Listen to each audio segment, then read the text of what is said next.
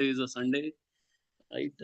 But there were compulsion because we are having on 3rd and 4th, probably holy celebrations are there, right? So that's what the reason to trouble you on Sunday. But anyway, uh, I hope you are enjoying all the sessions and I am loud and clear. Yes, sir. Okay, Chali. So let's move ahead with today's agenda. As far as this session is concerned, I will be with you for approximately 3 hours. Okay, so we'll have detailed deliberation on various aspects of integration of ICT in teaching, learning, and research.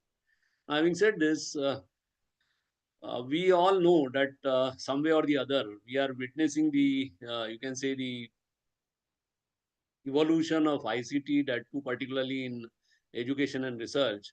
Okay, we used to call, let's say, if somebody is not computer literate, we used to call that fellow as a illiterate person.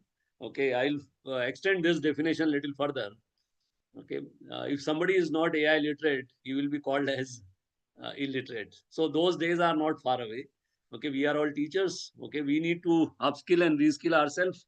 Okay, so as to uh, keep pace with the changing environment and the expectation of the society in general and students in particular from all of us as an academician. Now, as I said, that is now we do not have a choice on whether do we use ICT or AI. The question is how will we do it, right? Because our students are using it, right? Some way or the other, they are using it, right?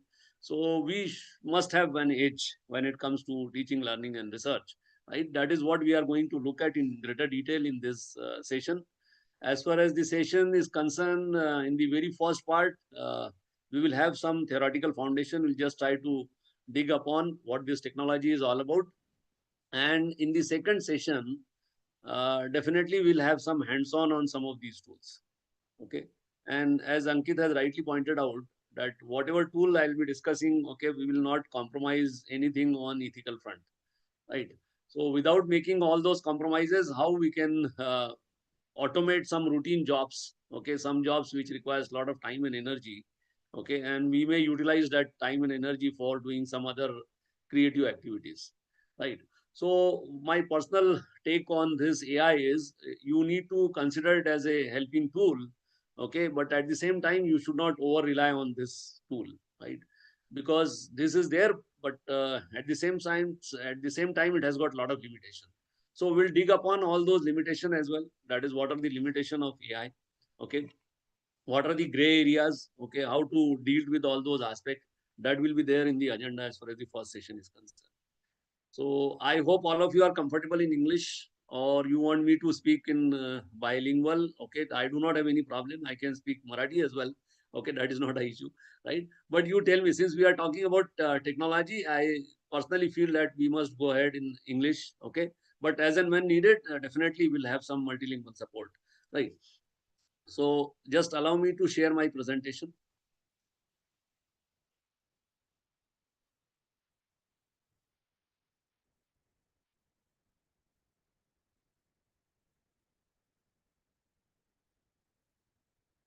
So I hope my slides are visible to you, and somebody has to confirm whether we are in a presentation mode.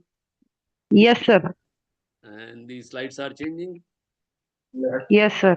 Okay, thank you. Thanks for the confirmation. Uh, as I said, that is in this session, we will just try to have a look at what is AI, okay, ICT in general and AI in particular, right? So how to use it rather more specifically for education and research. That is what is there on the agenda. So I presume that because I very well know that I am addressing to faculty members of different discipline. ठीक है ना? So I'll keep my deliberation on a very you can say a fundamental level. Okay, very fundamental level wherein you need not have to have any background in computer science. That is what is presumed, and this is the era wherein people are talking about that is no code tools and kind of a things, right? So we'll dig upon all those things wherein by simply clicking the mouse, okay, what you can do, right, without writing a single line of a code, what can be done. That is what is there on the agenda as far as this session is concerned. Now, as I said, that we will start from scratch. Okay, I presume that you don't have any background in AI, so that's why we will invest some quality time in understanding what is AI. Okay, what are intelligent system, what is soft computing, what are the constituents of soft computing, what is deep learning, what is black box problem in AI, that is some gray areas which I have talked about, and what is the solution to it. Okay, so this is how we will go about in the first session. So let me begin with the very first thing, that is before directly jumping to what they call it as AI. Okay, we need to understand what is human intelligence. Okay, and I would be happy, let's say, if you can unmute yourself and you can comment on these aspects. So what do you feel? What is human intelligence? What is it all about? तो आपको क्या लगता है human intelligence क्या होना चाहिए? As a human being, when it comes to intelligence, what are the peculiar characteristics that we must possess? Rather we possess by default. It has been given by God Almighty to every one of us. Okay, maybe the IQ, what we call it as, it may be a little bit different, but human intelligence in general, what is your perception? What do you feel? What is human intelligence is all about? See, if you feel like actually participating, then I'll go that way, or other way around, definitely it will be a monologue. Okay, I'll go ahead with my deliberation, and later on I will take your question. So anyway, if you are comfortable, you may go ahead with your own perception about human intelligence. I'll give you a minute, right? So what is human intelligence? Anybody would like to comment? Yes, sir. Once again, good afternoon, sir. As per me, God has given us conscious power. Great. So, as per as conscious power, we have our own thinking. Okay. We know what is good and what is bad for us, and that is the strength of human being. And we can say that that is human intelligence. We can take our own decisions. Yes, yes. So as Gupta madam has rightly pointed out, that is human intelligence. Whenever we say it is, as madam has pointed out, the ability to learn. Okay, the very first component is the learning capabilities, right? We all are capable of learning, right? Right now you are undergoing this particular course wherein you are exposed to certain new aspects of this edtech technology, right? And so on, right? Maybe outcome based education, right? Integration of ICT, or maybe skill component, right? And so on and so forth. So we are all capable of learning. That is, learning is the very first and the foremost part of human intelligence. Then as madam has pointed out, that is, we do have reasoning capabilities. Okay, so we can reason it out, and whenever we take some decision, we can very well reason it out why we are taking that decision, right? What is the reason, what is the justification for that? Okay, and let's say once you have been trained in a particular area, okay, we as a human being, we are capable of navigating novel or challenging situations. Okay, I'll give you a simple analogy so that you can digest the concept. It is very similar to, let's say, whenever you learn how to drive a car, most of the time your driving license people or driving school people, normally they take you to either highways or to playground. Okay, and wherein you learn how to drive the car. But you will never face that kind of scenario all the time. Let's say you are driving in a downtown kind of a situation, okay, a very huge traffic area. So what do? Whatever knowledge you have acquired during that learning phase, you just try to apply it into altogether new conditions. So we have that capability to apply that knowledge, whatever we have acquired during learning, okay, to altogether new situations, right? So having said this, these are the three peculiar attributes associated with human intelligence. Okay, so what is AI on the similar line, right? AI is nothing but the study of mechanism that think and act like human. Okay, think and act like human, or to put it in very straightforward words, it is mimicking human behavior. And what is so special about human behavior that we have already talked about? That is human intelligence. That is, we are capable of learning, we are capable of reasoning out, we are capable of taking decisions, okay, in some challenging situation and so on. Right. So how to mimic human behavior, or rather how to incorporate intelligence into a machine, that is, to be very, you can say in nutshell, it is nothing but the artificial intelligence, right? It is nothing but the artificial. We'll dig upon some detailed definition as well, right? But this is a very broader perspective of AI, right? Now, how to achieve this thinking capability or acting like a human or mimicking human behavior? Okay, I'll give you some simple analogy which will make your ideas little bit clear. Say, for example, if you simply look around, okay, maybe if, even if you look at your mobile handset, okay, most of the manufacturer, they claim that the mobile is up to some extent is having some built-in AI capabilities. What is it? Okay, the very first one is we use it very often, right? That is, you expose your face to the mobile, okay, and it recognizes you as the legitimate person or not. So what is it? By means of a camera, okay, it is capturing the image, okay, and when you buy it very first time, what do? You train it, okay, you expose your face from different angles, so it extracts certain features, okay, and then whenever you try to open it, okay, what it does, it basically matches those features with the features which are already stored. So some deep learning algorithm is running behind, okay, which is capable of recognizing you as a authorized person or not, right? If somebody else is trying to unlock your phone, okay, that will never ever happen, right? Because it will not recognize that fellow as a, because it has got its own you can say knowledge base, okay, which from which it matches whether the features are matching or not, and accordingly it takes decision. So what I'm trying to emphasize is, you may convert any uh, machine, rather a dumb machine, from a dumb machine to an intelligent machine by incorporating AI into it. Okay. The another best example is, look at the washing machine or the air conditioner installed. Okay. Most of the manufacturers, they claim that they are intelligent. Okay. Now, how they are intelligent? Right? How intelligence has been incorporated into these gadgets. Okay, look at the example of the washing machine. What is it? It is basically, it uses new fuzzy logic, what they call it as. To be very specific, it uses fuzzy logic, wherein uh, let's say in case of a machine, you are dealing with 3 or 4 parameters. And what are all those parameters? The types of clothes, okay, then the amount of detergent is to be mixed, okay, then the cold and hot water is to be mixed, and what kind of mechanism one has to apply. So the input to the system are these 3 or 4 parameters. So what we can do, we can devise some if then else rules. Okay, and based on that, it is very similar to just like a human being. We take decision while washing. Okay, it will take, rather it will apply one or the other washing mechanism, and it washes your clothes fully automatically, right?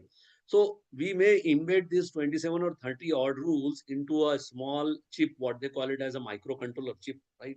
And once you embed it, you place that microcontroller in place, okay? And then what it does, it acts just like a human, okay? It takes all those decisions in a real life scenario.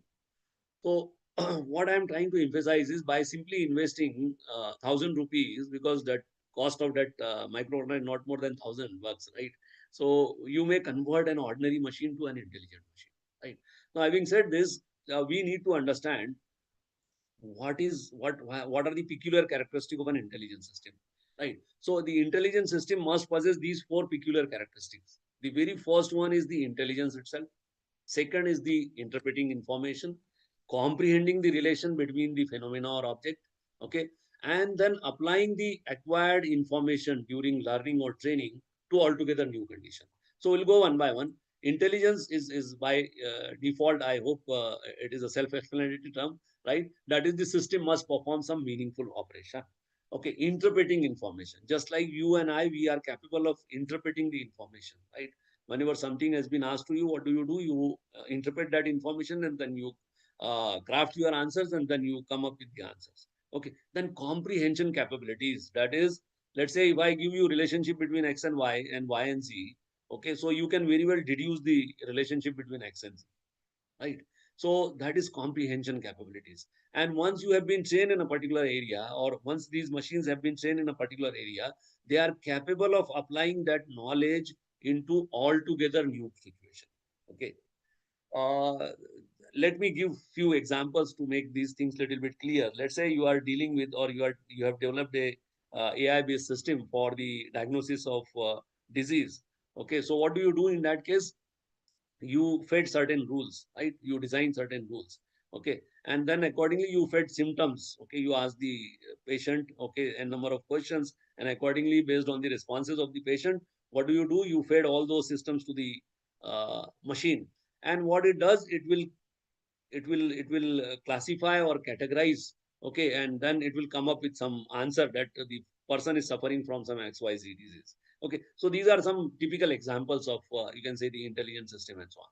Now, having said this, okay, most of the time we feel that this technology is completely new, but that is not at all the case. Okay, if you look at the historical perspective, okay, so we'll just try to look at the, you can say, the evolution of this technology. Okay, so how it has evolved, this term was very first time tossed by John McCarthy way back in 1956. Okay, and the event was some conference at Dartmouth, United Kingdom. Okay, wherein this fellow was attending that conference. He was supposed to present some paper. So he came up with this idea of AI. So 1956, and today we are running in 2026. Okay, so it is not at all new, right? But what has happened over a period of time, things have changed drastically, right? Things have changed, meaning thereby there were issues with regard to the hardware capabilities and so on. Those things have been evolved, and now we are in an era wherein you speak and these machines are capable of acting upon, right? For example, if you look at the most of the vehicles, okay, the ADAS and all those kind of features which are available in new automobiles, right? They uses this technology to a greater extent. So it is, what I'm trying to emphasize is, it is not at all new. Okay, roughly 70-75 years old technology. The only thing is that a lot of applications have been built on these systems nowadays, and that's the reason. Okay, we are feeling the heat, right? So there are four. If you look at the evolutionary component, the very first one is what they call it as the traditional AI. Okay, then second one is machine learning, okay, deep learning, and then today we are in the era of generative AI. Okay, so we'll dig upon all these aspects, okay, in little bit more detail. So what is traditional AI? It gives the computer ability to do tasks that traditionally only humans have been able to do. Okay, humans have been able to do, meaning thereby human experts, okay, to be very specific. So how these traditional AI systems were built? Okay, by contacting the human expert. Let's say you want to build an expert system for homeopathy. Okay, so what they used to do, the computer scientists or engineers or programmer, they used to contact the human expert, and by interviewing them, that is how they take decision, how they diagnose a particular patient. Okay, whatever is the procedure, that procedure is supposed to be fed into the machine in the forms of the if then else rules. Okay, as I have cited the example of washing machine and other things like say air conditioner. Okay, so what is it exactly? It is nothing but a if then else rules, right? Traditional AI. Okay, so ask the human expert how they do it, then write down in the form of if then else rules. Okay, meaning thereby we are explicitly programming. Okay, so these rules into the computer. So the typical examples are the homeopathy expert or maybe playing chess. Okay, you must have heard about that. All the world champion, chess champion, they used to play against computer, right? So what is it exactly? So based on every move of your opponent, okay, all the possible moves, okay, those things can be fed in the form of if then else rules. Okay, and then the next move can be decided, right? Washing machine, okay, homeopathy expert, playing with chess. Okay, all these are the typical examples of the traditional AI, wherein it is possible to explicitly program in the form of if then else rule, right? If then else rules, right? So that was the idea, basic idea behind this traditional AI. But there were limited application, as I said, only few application areas. Okay, but there were problems associated with this approach as well. So, what are the issues or the problems associated with this approach? The very first one was time intensive. Time intensive मतलब large rule basis. For example मैंने आपसे कहा कि homeopathy, तो homeopathy में आप क्या कर रहे हैं बेसिकली, है ना? एक रेपर्टरी में आपने लिया 10,000 रूल बनाए या 20,000 रूल बनाए, depending upon the complexity of the problem, और वो रूल फेड कर दिए. तो नेचुरली ये रूल आपको सर्च करने पड़ेंगे. तो इसको सर्चिंग के लिए काफी टाइम लगता था. It was time intensive, large rule basis. Okay, now we doesn't generalise to new situation. Say, for example, the traditional AI, the biggest problem was Okay, if you have developed a system using some homeopathy repertory, okay, now you are undergoing a COVID-19 like of a scenario.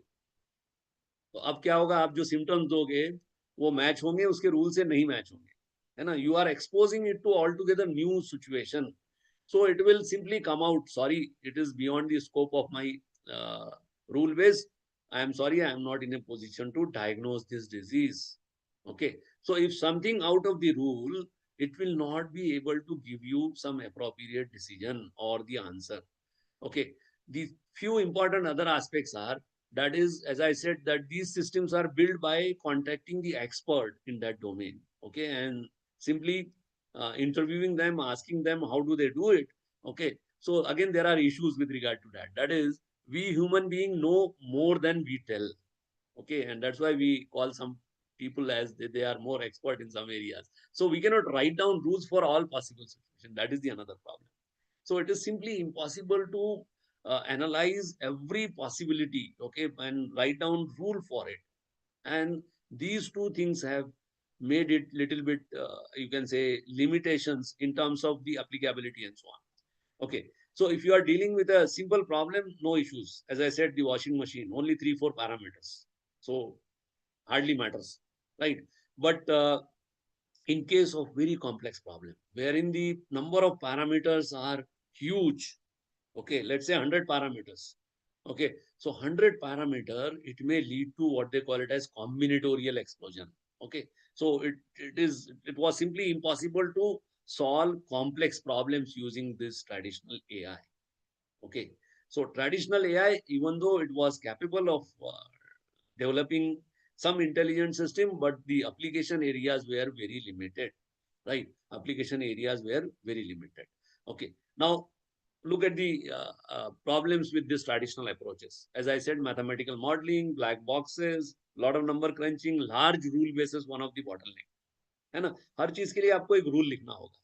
Okay, and it typically uses crisp and bivalent logic. Either something is true or something is false. That was the scenario in that case, right? Traditional approaches. Then what has happened? Gradually, we moved to what they call it as the machine learning kind of a thing. So, what is machine learning? Okay. देखिए, मेरी कोशिश ये है कि आपको जितना simple करके इन चीजों को समझाया जाए, वो मैं कोशिश करूंगा. ठीक है. तो हम बात करेंगे इनपुट और आउटपुट मॉडलिटीज के बारे में. तो व्हाट इज मशीन लर्निंग? अब हमने क्या किया, if you just recall, in case of traditional AI, हम क्या करते हैं, we explicitly program, we write down if then else rules.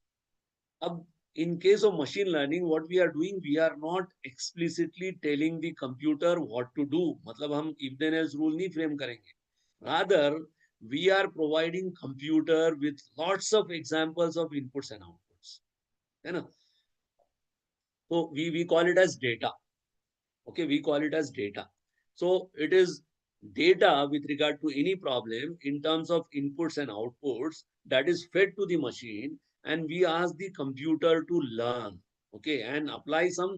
How do they learn? By applying some statistical technique. Okay, statistical techniques are capable of devising relationship between inputs and outputs.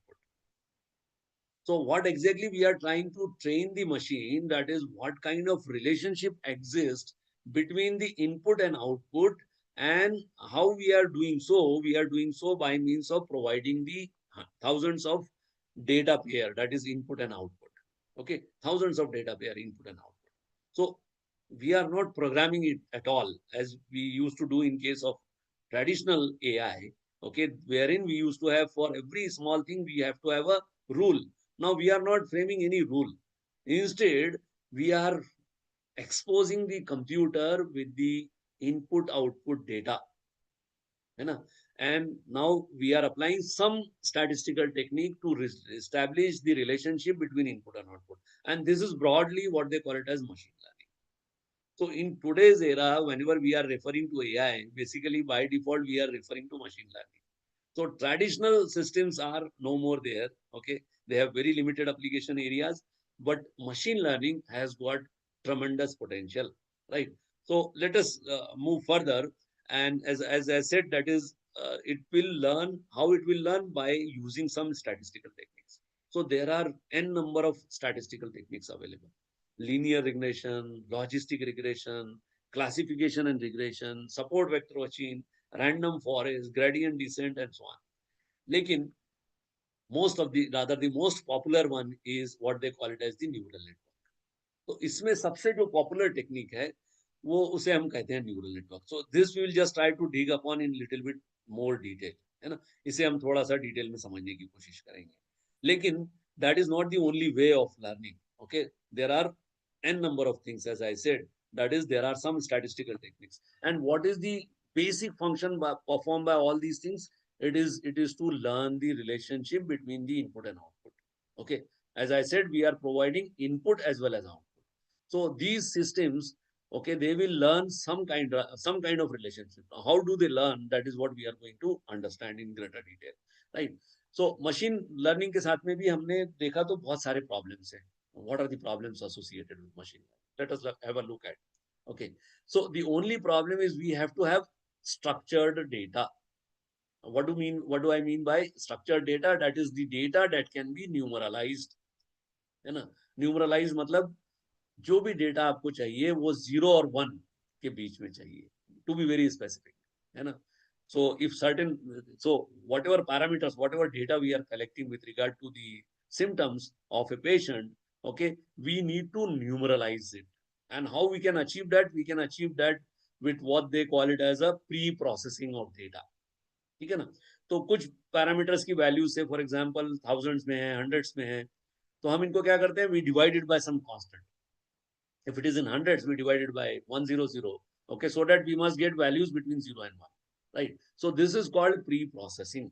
Okay, and the another important aspect of this machine learning is we must have structured data.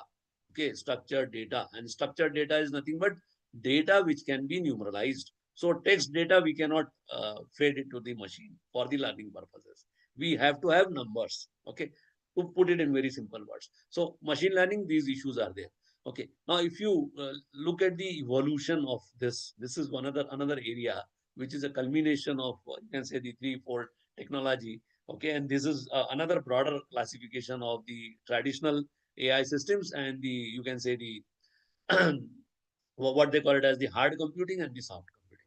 ठीक है ना. तो यहाँ अगर आप देखेंगे so you will be surprised to note that the traditional approach is nothing but the traditional AI approach I am referring to, right? So wherein we have precise model, we have symbolic logic reasoning, and traditional numerical modeling and search are being used in that case.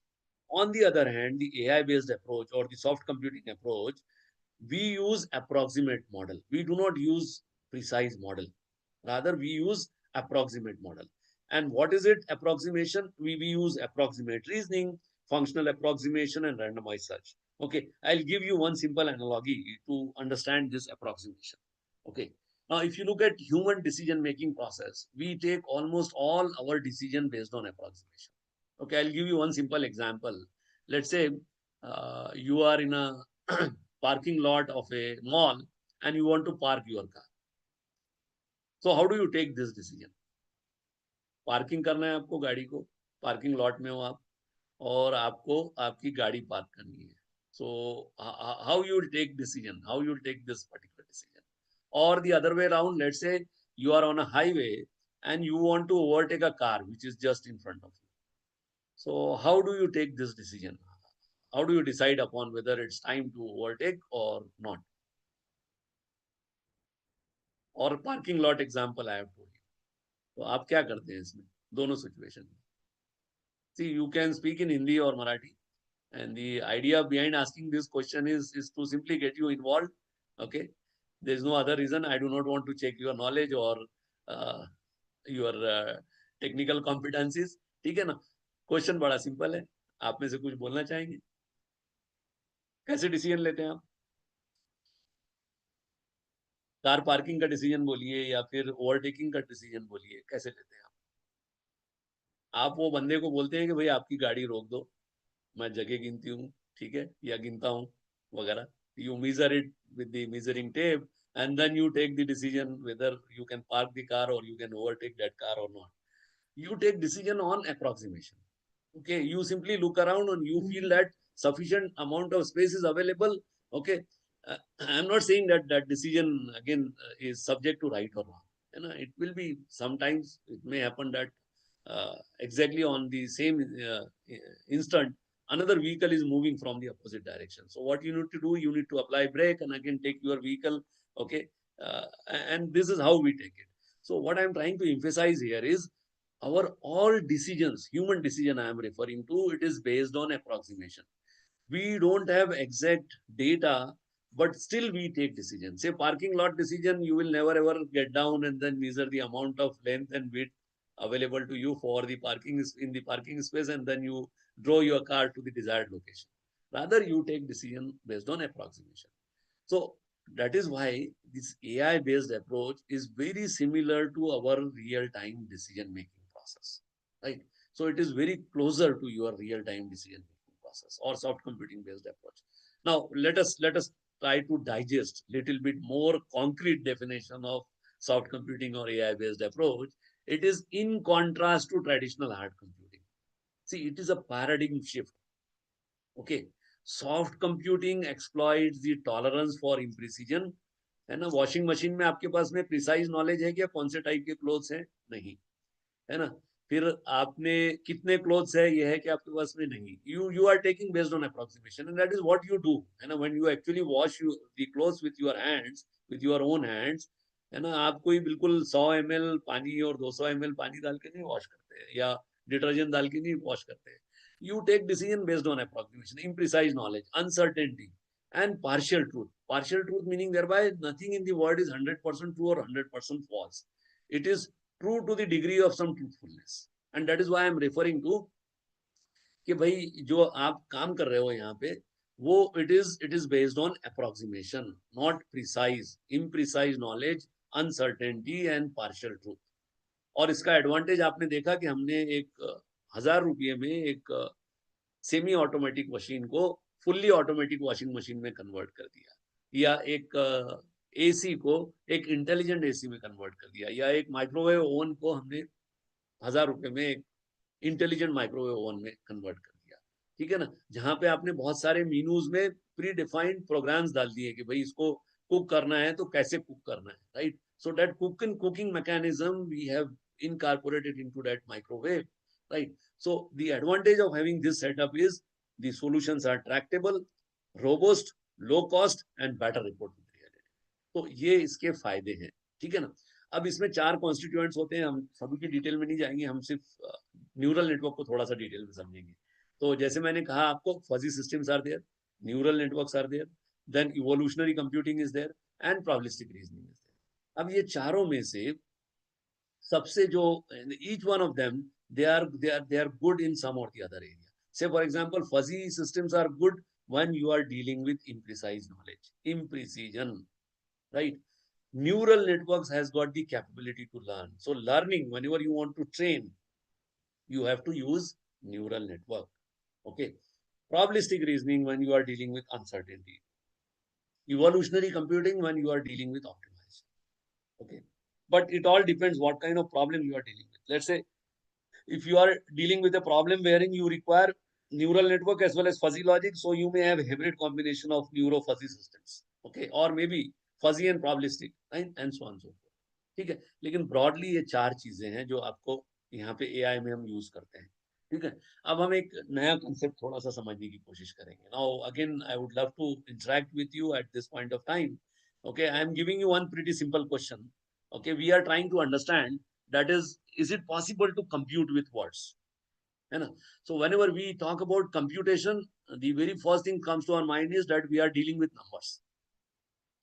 अब ये example के जरिए हम समझने की कोशिश करेंगे कि is it possible to compute with words, है ना. Computing with numbers we are all grown up with, है ना. We know C is equal to A plus B, A is equal to 3, B is equal to 2. So 3 plus 2 is equal to C is equal to 5, something like that. So whenever we talk about computation, we are dealing with numbers by default, right? But how come it is possible to compute with words? You know? So this we will just try to understand with the help of a simple example. We want to compute Rekha's age. Okay.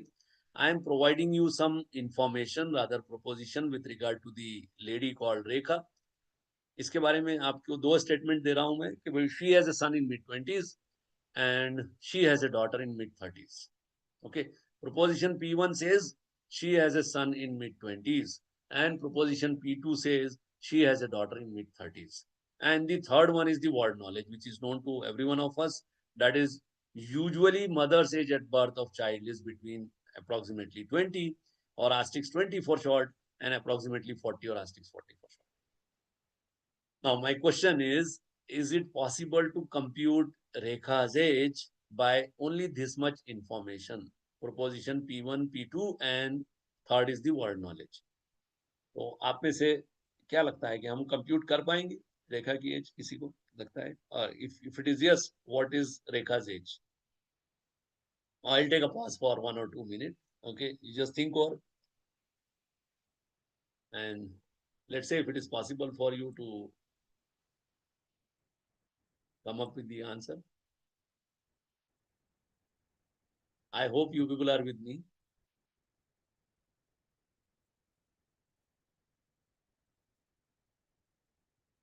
So what is Rekha's age in this case? Anybody can give me some guess, some intelligent guesses? Or it is the other way around. Let's say it is not possible to compute Rekha's age. What is it?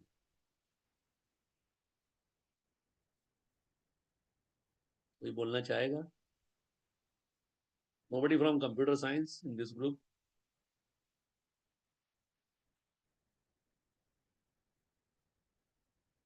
I hope you can hear me.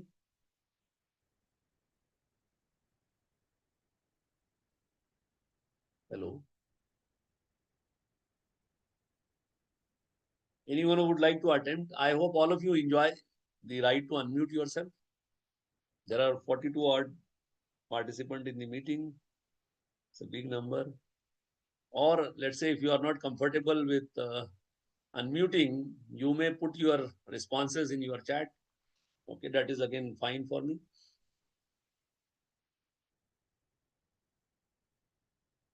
All right. If you have decided that you will not respond, then there is nothing anyway. So we can very well do that. Okay. How that we'll just try to understand. Okay.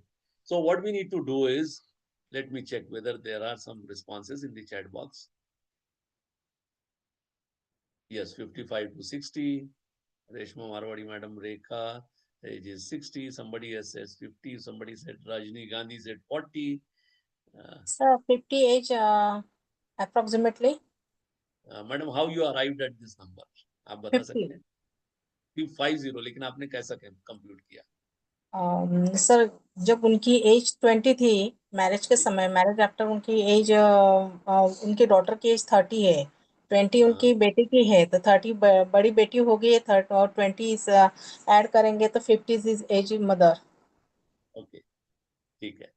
चलिए, आपने एक attempt किया. हम exactly compute करते हैं, है ना. पहली चीज तो ये है कि all of you agree that it is possible to compute with words, है ना. ये हमें एक कंसेप्ट समझना है.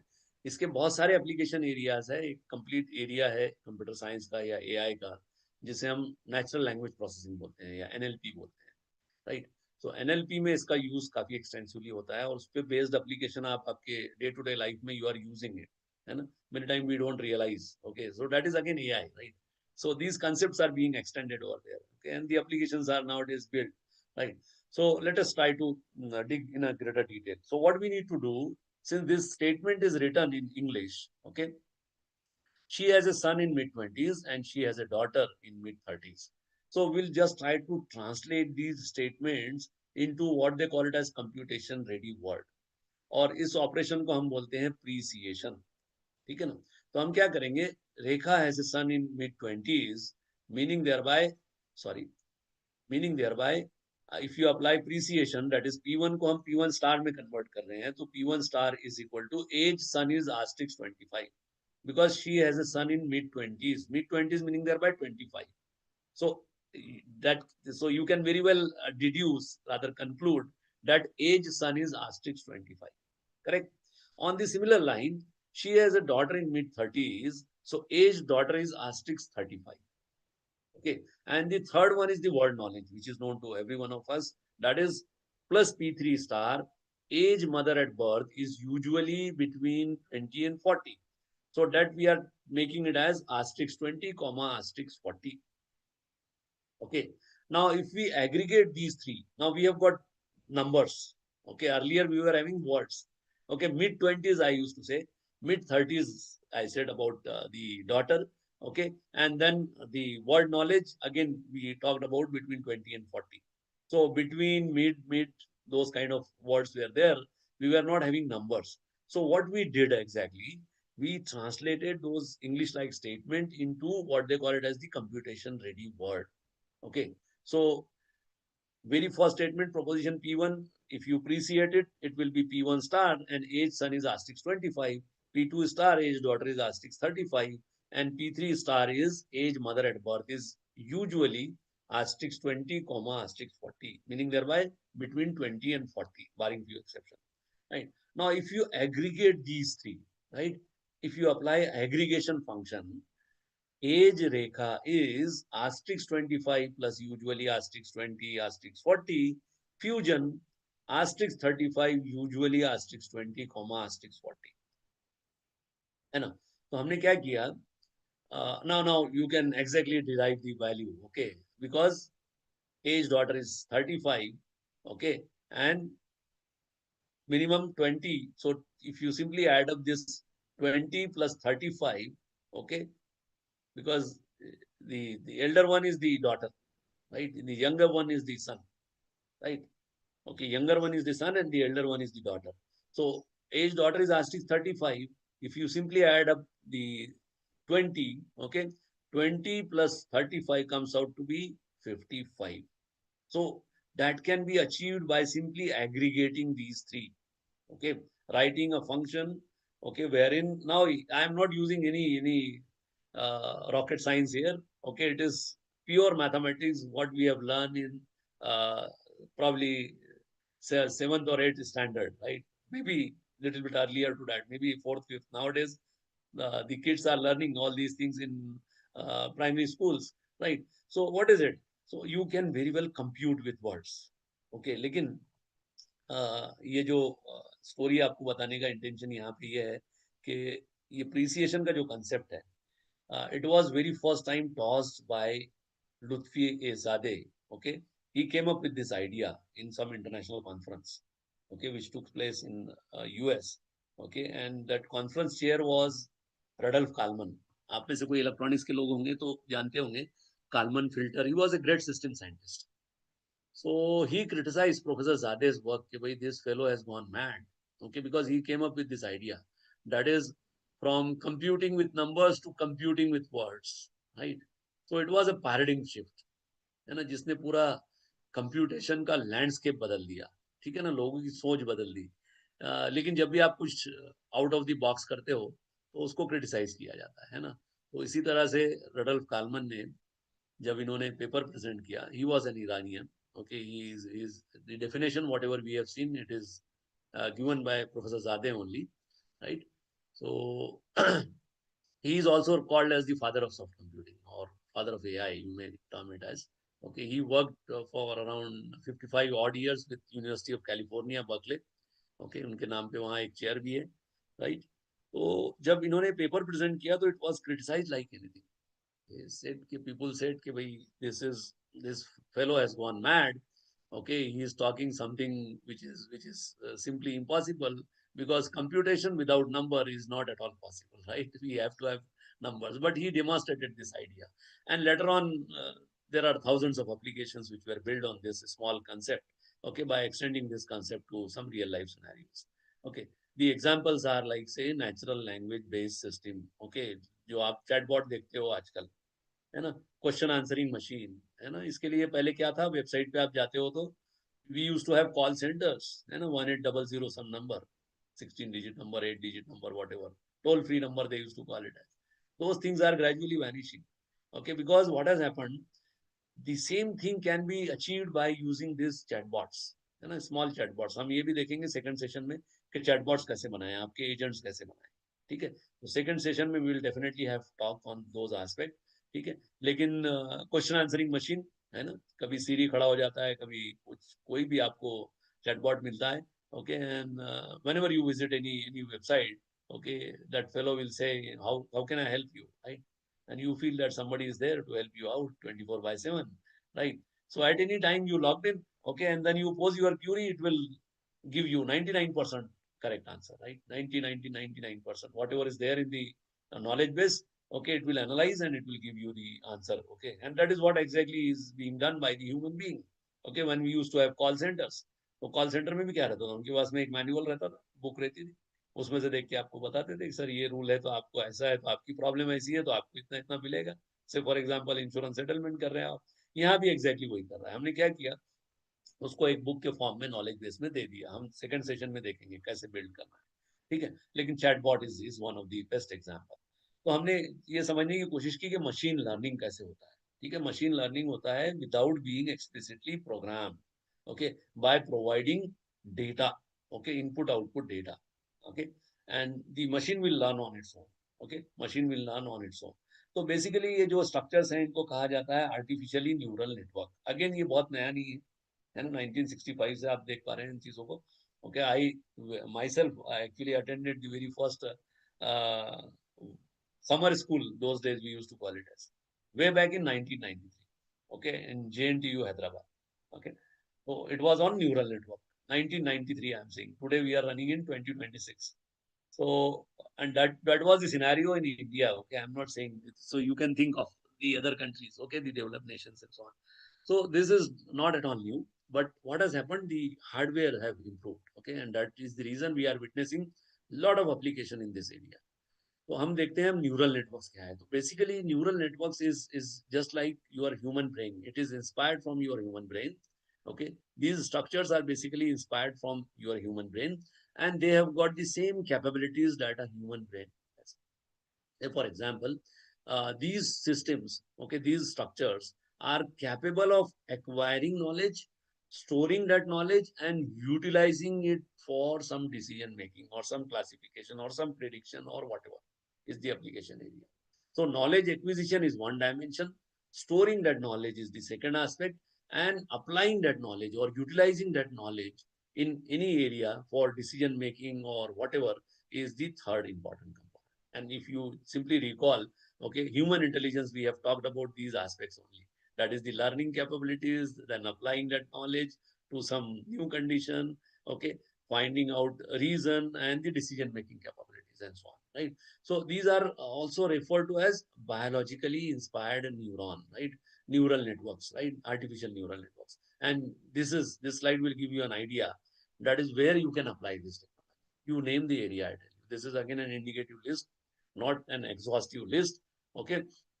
आप एरिया का नाम लीजिए, आप कोई भी डिसिप्लिन से बिलोंग करते हो, whether you are a painter और यू आर ए लॉयर और you are a writer, okay, you will find some or the other tool there, right? You will find some or the other tool, right? Now, having said this, these are some of the application areas: cognitive psychology, linguistics, philosophy, physics, mathematics, computer science, okay, economics, finance, है ना। अभी मुझे decide करना है कि भाई किसी को लोन देना है या नहीं देना चाहिए।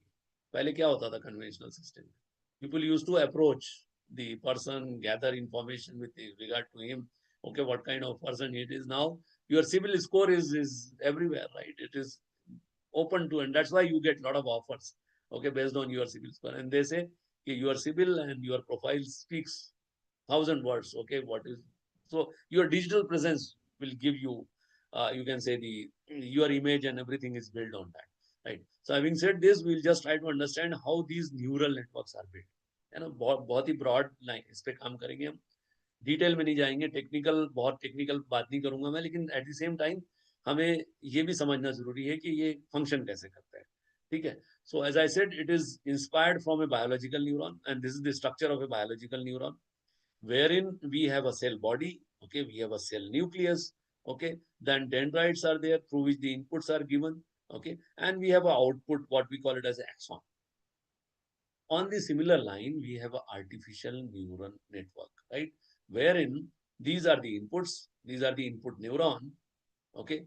Now let me be very clear, each neuron or whatever parameters we are dealing with, okay, they will hold value between 0 and 1, put it in very simple words, anything between 0 and 1, right?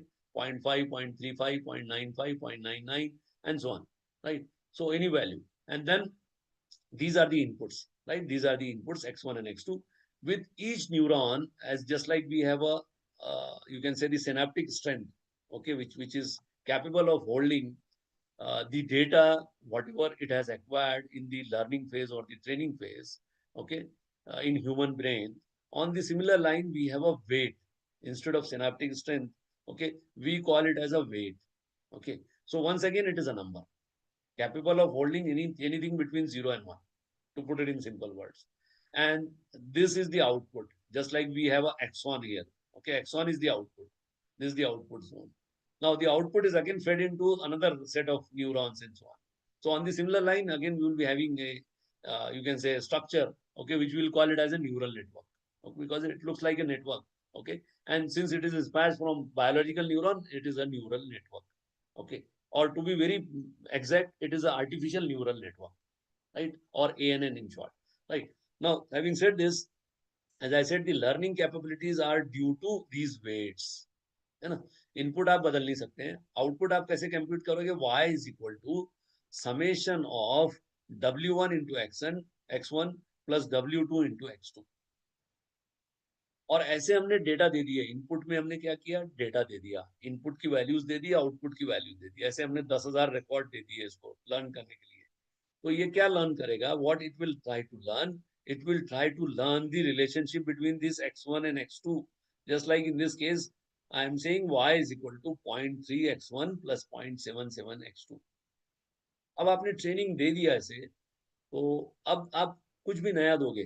For example, if you just recall, मैंने आपसे traditional AI की limitation बताते वक्त कहा somewhere कि भाई उसको आपने कोई नया सिम्टम्स दिया या कोई चीज ऐसी दी जो उसके रूल बेस में नहीं है, तो it will simply come up with the answer, sorry, this is beyond the scope of my system, unable to classify any particular disease or diagnose any particular disease.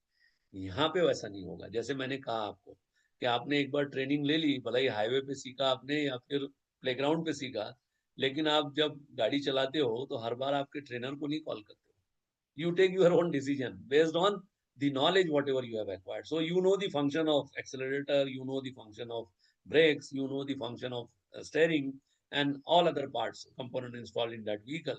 So what do? You apply that knowledge, okay, to this new condition. So on the similar line, यहाँ पे अगर symptoms COVID के भी दे दिए आपने इसको, if you are using neural networks, ठीक है, COVID के symptoms दे दिए, तो it will give you some or the other answer. Okay, let's say if 80% of the symptoms are matching with some XYZ disease, okay, it will come up with that disease. That diagnosis may be right or wrong. I'm not saying that all the time you get the right answer in this case. So human decisions are again subject to right or wrong. You know, when you approach some doctor, okay, he diagnosed some XYZ disease, and if you are not satisfied, what do? You go to some another doctor for a second opinion. Okay, second opinion is intended for that. है ना, second opinion में आप क्या बोलोगे कि भाई sir आप उसको पुरानी स्टोरी नहीं बताओगे, पुरानी डॉक्टर्स की फाइल भी नहीं दिखाओगे, है ना, you will go once again plain, okay, spell out your problems and then ask the doctor to diagnose, है ना। अब दोनों ने एक ही डायग्नोस किया तो बात अलग है, नहीं तो अलग भी कर सकता है, ठीक है ना। So that is what I am trying to emphasize, that is, but it will take some decision. So on the similar line, these neural networks are capable of taking some decision. That decision may be right or wrong. Okay, it is again subject to right or wrong, just like human being decisions are right or wrong. So what are these neurons, neural networks, and so on? Right? It is inspired from a biological neuron, right? And if you look at the complexity of a human brain, okay, still we have not understood it. Okay, that's why we claim that each individual is different. And why it is so? Why each individual is different? Because each one is having some different capability, right? And we term them as IQ or whatever we feel like, right? But each individual is different, okay, when it comes to human behavior or decision making. Some of the people are very fast, okay, some of the people are tremendously slow, and we call them as meticulous person. So there are different attributes associated to these. But we take some or the other decisions. So these ANN are capable of they are called as information processing systems. Neuron process the information. As I said, it holds some value. Signals are transmitted by means of connection link. These are the connection links. So the signals are transmitted through these links. Okay. Then the link possesses an associated weight. This is what I was referring to. So the learning capabilities are due to these weights. Okay, so whenever we train any neural networks, these weights are normalized. See, we cannot change the input and the output. Okay, it will remain constant. Okay, so what we can do, we can change only the value of weight. That we'll see in a little bit more detail, okay, in the uh, next few slides. Okay, but time being, you need to understand that link possesses an associated weight. Okay, the output signal is obtained by applying activation function to the net input. Okay, there are different activation functions, uske mathematics में जाएंगे नहीं हम, लेकिन sigmoidal is one of them, then ReLU is there and so on. तो उसमें नहीं जाएंगे, लेकिन अब यहाँ हम एक फिर से एक बड़ा पिक्चर हम समझने की कोशिश करेंगे कि भाई ट्रेनिंग कैसे होता है. ठीक है, I hope I am not going, I am not using lot of jargons, है ना, टेक्निकल टर्म्स में अवॉइड कर रहा हूँ, लेकिन I hope I am able to connect with you. Okay, if it is yes, please say yes. Otherwise, I will make it as simple as possible. Again, I'll try my level best. But हम ये समझने की कोशिश क्यों कर रहे हैं, ये हमें समझना इसलिए जरूरी है कि जो आप मॉडल यूज करोगे उसमें कहीं ना कहीं ये टेक्नोलॉजी यूज होती है ना. तो ये हमें समझना जरूरी है कि भैया ट्रेनिंग कैसे होता है. ठीक है ना, ब्रॉड पिक्चर तो समझनी चाहिए, भले ही हम उसके मैथमेटिकल फॉर्मुलेज में नहीं जाएंगे, लेकिन हमें ब्रॉड तो पिक्चर समझनी होगी. ठीक है ना, वेरी ब्रॉडर पर्सपेक्टिव में. तो अब हमने जो देखा था, ये न्यूरॉन, ये एक सिंगल न्यूरॉन था, अगर आप देख पा रहे हैं, है ना. इसे बोलते हैं सिंगल लेयर परसेप्ट्रॉन. एक इनपुट और एक आउटपुट लेयर है, यहाँ पे कोई हिडन लेयर नहीं है, बीच में कुछ नहीं है ना. तो कॉम्प्लेक्सिटीज नहीं है. लेकिन रियल लाइफ में ऐसा नहीं होता है. आपके इनपुट्स भी कैसे रहेंगे, जैसे फॉर एग्जांपल आप हैंड रिटन न्यूमरल ले रहे हो, तो आपने कुछ उसको रिकॉग्नाइज करना है. आपको 0 to 9 आपके आउटपुट हो गए, और आपने 50 फीचर्स लिए, तो 50 फीचर x0 to x49 आपके इनपुट्स हो गए. वैल्यू बिटवीन 0 to 1 रहेगी हर फीचर की. तो आपने x0 to x49 ले लिया, ये इनपुट्स हो गया. जैसे मैंने कहा, हर इनपुट के साथ में एक वेट रहेगा, तो x0 के साथ में w0 रहेगा, x1 के साथ में w1 रहेगा, xn के साथ में wn रहेगा. और यहाँ हम क्या करते हैं न्यूक्लियस में, we sum up all those value. So this summation is x0 into w0 plus x1 into w1 plus and so on xn into wn.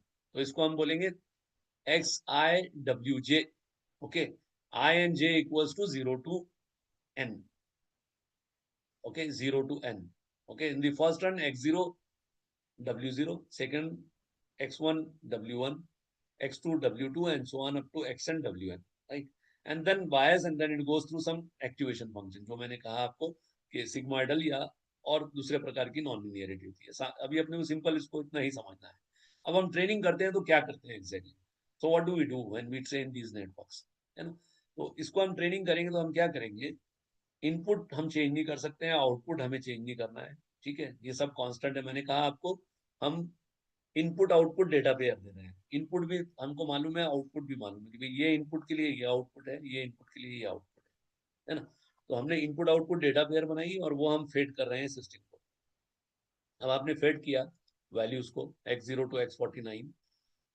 Input बदल नहीं सकते हो आप, आउटपुट बदल नहीं सकते हो. So what you can change only the weights, है ना. इसीलिए मैंने कहा कि weights are the real power of, rather are the only source of learning or training, है ना. तो अब हम क्या करेंगे, रैंडमली पहली बार जब रन करेंगे तो वी स्टार्ट विथ, हमने कहा 0 to 1 के बीच में एक भी वैल्यू, कोई भी वैल्यू ले सकते हो आप. तो हमने क्या किया, w0 w1 up to wn जितने भी वेट्स हैं सबको हमने 0.5 ले लिया for example in the first run. Okay, in the first one what we are doing, we are making it 0.5. Okay, all the weights. Okay, and then what do, we go ahead, follow all these operation through activation function, then you get some output. अब suppose आपका ideal output जो है 1.0 है, और आपने जो run किया 0.5 लेके, तो you are getting 0.7 as the output. Answer चाहिए आपको 1. For the sake of example I am telling you, you are getting 0.7 as the answer. तो अब हम क्या करेंगे, 1 माइनस 0.7 यानी 0.3 का एरर हो गया. अब इसको हमें मिनिमाइज करना है. मैंने कहा आपसे इनपुट और आउटपुट आप बदल नहीं सकते हो, आप बदल सकते हो वेट्स. तो आपने क्या किया, पहले रन में 0.5 लिया था, सेकंड रन में आप क्या कर रहे हो, you let us try to make it as 0.6. Delta से बढ़ा दिया हमने उसको, 0.1 से बढ़ा दिया. And again compute the output. Let's say earlier you were getting 0.7 as the answer. Now you are getting 0.8 as the answer. मतलब एरर मिनिमस हो रहा है, मतलब you are moving in the right direction. ठीक है, तो आपने 0.5 लिया, फिर 0.6 किया, फिर आप क्या करोगे 0.7 करके रन करोगे, and you will continue this till you get the minimal error or zero. Okay, ideally speaking zero, but zero is not possible, right? Theoretically I'm saying, right? So at that point of time you will stop training the network. Okay, okay, so whatever are the values of these weights at that point of time, it is called as a normalized weight, and this process is called as training. और ये जो आप input से output तक जा रहे हो, this is called as one epoch और वन इटरेशन। ठीक है, तो हम क्या करते हैं, वेट्स ट्रेनिंग जब देते हैं तो we are trying to find out rather normalising the value of weight. और यही मैंने आपको दूसरे फॉर्म में यहाँ एक इक्वेशन के फॉर्म में कहा कि भाई it will learn the relationship between x1 and x2, right? Some relationship it will try to learn, right? Now having said this, per sample updating, her sample पे हम क्या करेंगे, जैसे मैंने कहा 0.1 से बढ़ा सकते हो आप, 0.5 से बढ़ा सकते हो आप, 0.001 से बढ़ा सकते हो, and then you go on training it. Okay, then per sample sorry per training set updating epoch और इटरेशन, इसके बारे में मैंने आपको ऑलरेडी कहा कि it is nothing but the one cycle. Okay, one cycle, one epoch is one cycle और one iteration, right? Now having said this, अब ये न्यूरल नेटवर्क्स है ना, कैसे एक दूसरे से कनेक्टेड है, that will determine the architecture of, right? So setting the weights मैंने कहा आपको is the training, activation function I have already talked about, sigmoidal, then ReLU is the another important function, and so on. तो अब ये देखिए यहाँ पे देख पा रहे हैं आप, सिंगल लेयर फीड फॉरवर्ड, एक इनपुट एक output, no hidden layer in between, है ना? तो बहुत ही सिंपल प्रॉब्लम है, उस केस में आप भले ही इसको यूज कर सकते हो क्लासिफिकेशन वगैरह के लिए, है ना? For example, मुझे based on your CIBIL score, I want to determine whether I should give you, grant you loan or not. Okay, so yes or no, only two output neuron.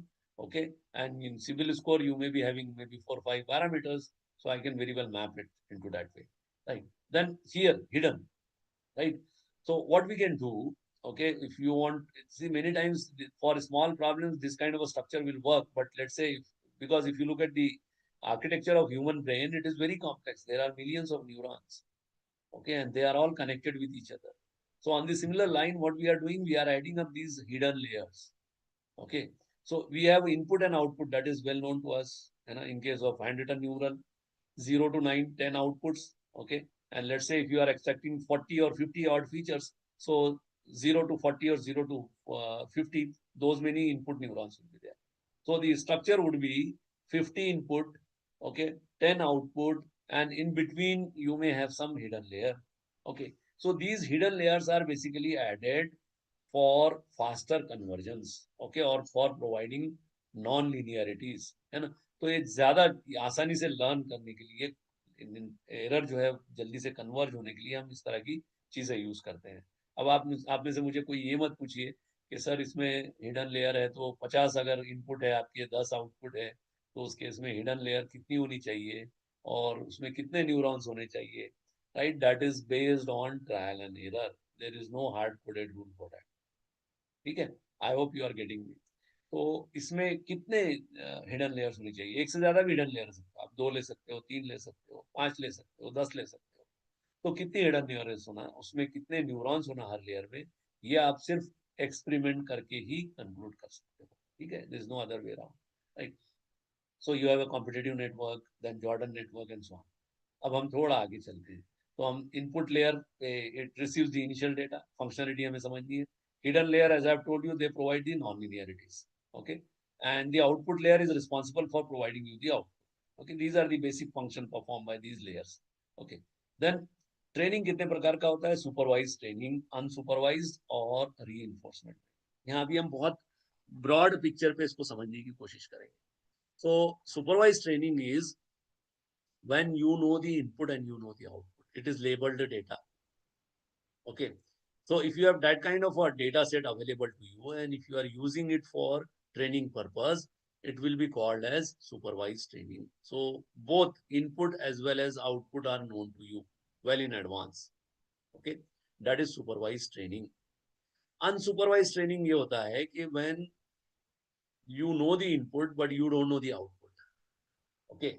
For example, you want to predict some future value or predict the weather, okay, or predict the future value of any script in share market. Okay. So what you are having past 10 years data with you. Okay. Now you are predicting what will happen in future. Okay. So wherein you don't have the output with you, okay, beforehand. That is while training. So that is referred to as unsupervised training. Reinforcement training is something which is very similar to what they call it as trial and error kind of a learning. Okay. Or the best analogy one can give with regard to reinforcement training is when a small kid learn how to walk. Okay. So what he or she will do, he or she will just try to, first of all, just try to, with the help of some support, stand up. Okay. Then go for small steps, and then he or she will start running, right? So reinforcement is trial and error. Okay. Trial and error. Okay. Learning based on your own experiences. And then, so this reinforcement is one of the most popular training strategy. Why it is so? The reason is it is being used by almost all the LLMs as on date, right? Some or the other variant of this reinforcement, right? Because in this case, we do not provide the network whether it is right or wrong. Rather, we provide an indication, what we call it as a clue, right? And based on that, the network learns on its own. Okay. So it is self-learning, right? It is a self-learning kind of a thing, right? So all these LLMs, they learn on their own. है ना? अब आप बोलोगे sir इनको data कहाँ से मिलता है? So the data providers are you and me. Okay. Our data, okay, personal data, whatever activity we are doing, it is being used by all these LLM. Okay, every bit of you is see, and there is no way out, right? Whatever your digital presence is there, okay, that is the primary source of data. Okay, that is the primary source of data. And this is how these systems learn. Okay, these systems learn 24/7 from the data which is being produced by all of us. Right? So anyway, so reinforcement training is the most popular one. One has to remember that. अब हमने देखिए बात की थी traditional AI से, फिर then we move to machine learning में neural network पे हमने बात की. अब एक डीप लर्निंग, अगर आपको याद आता होगा थर्ड बॉक्स जो था इवोल्यूशन में, so it was deep learning और डीएनएन, डीप न्यूरल नेटवर्क, है ना. तो ये टर्म 2006 से, यानी आज से 20 साल पहले से टॉस होना शुरू हुई. और ये डीप लर्निंग नाम इसलिए इसे दिया गया कि the structure was very complex, it was very similar to our brain structure. Thousands of layers, hidden layers, and then thousands of input, thousands of outputs, and so on. The complexity was very high. Okay.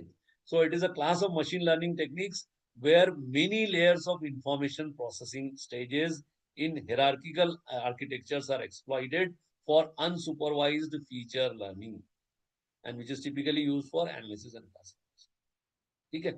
तो जैसे मैंने कहा कि structure बहुत complex होता है. जितने भी आप एलएलएम देखोगे, हम जिन पे बात करेंगे, इसकी 2 या 3 कैटेगरीज हैं. ठीक है ना. So there are basically 3 architectures.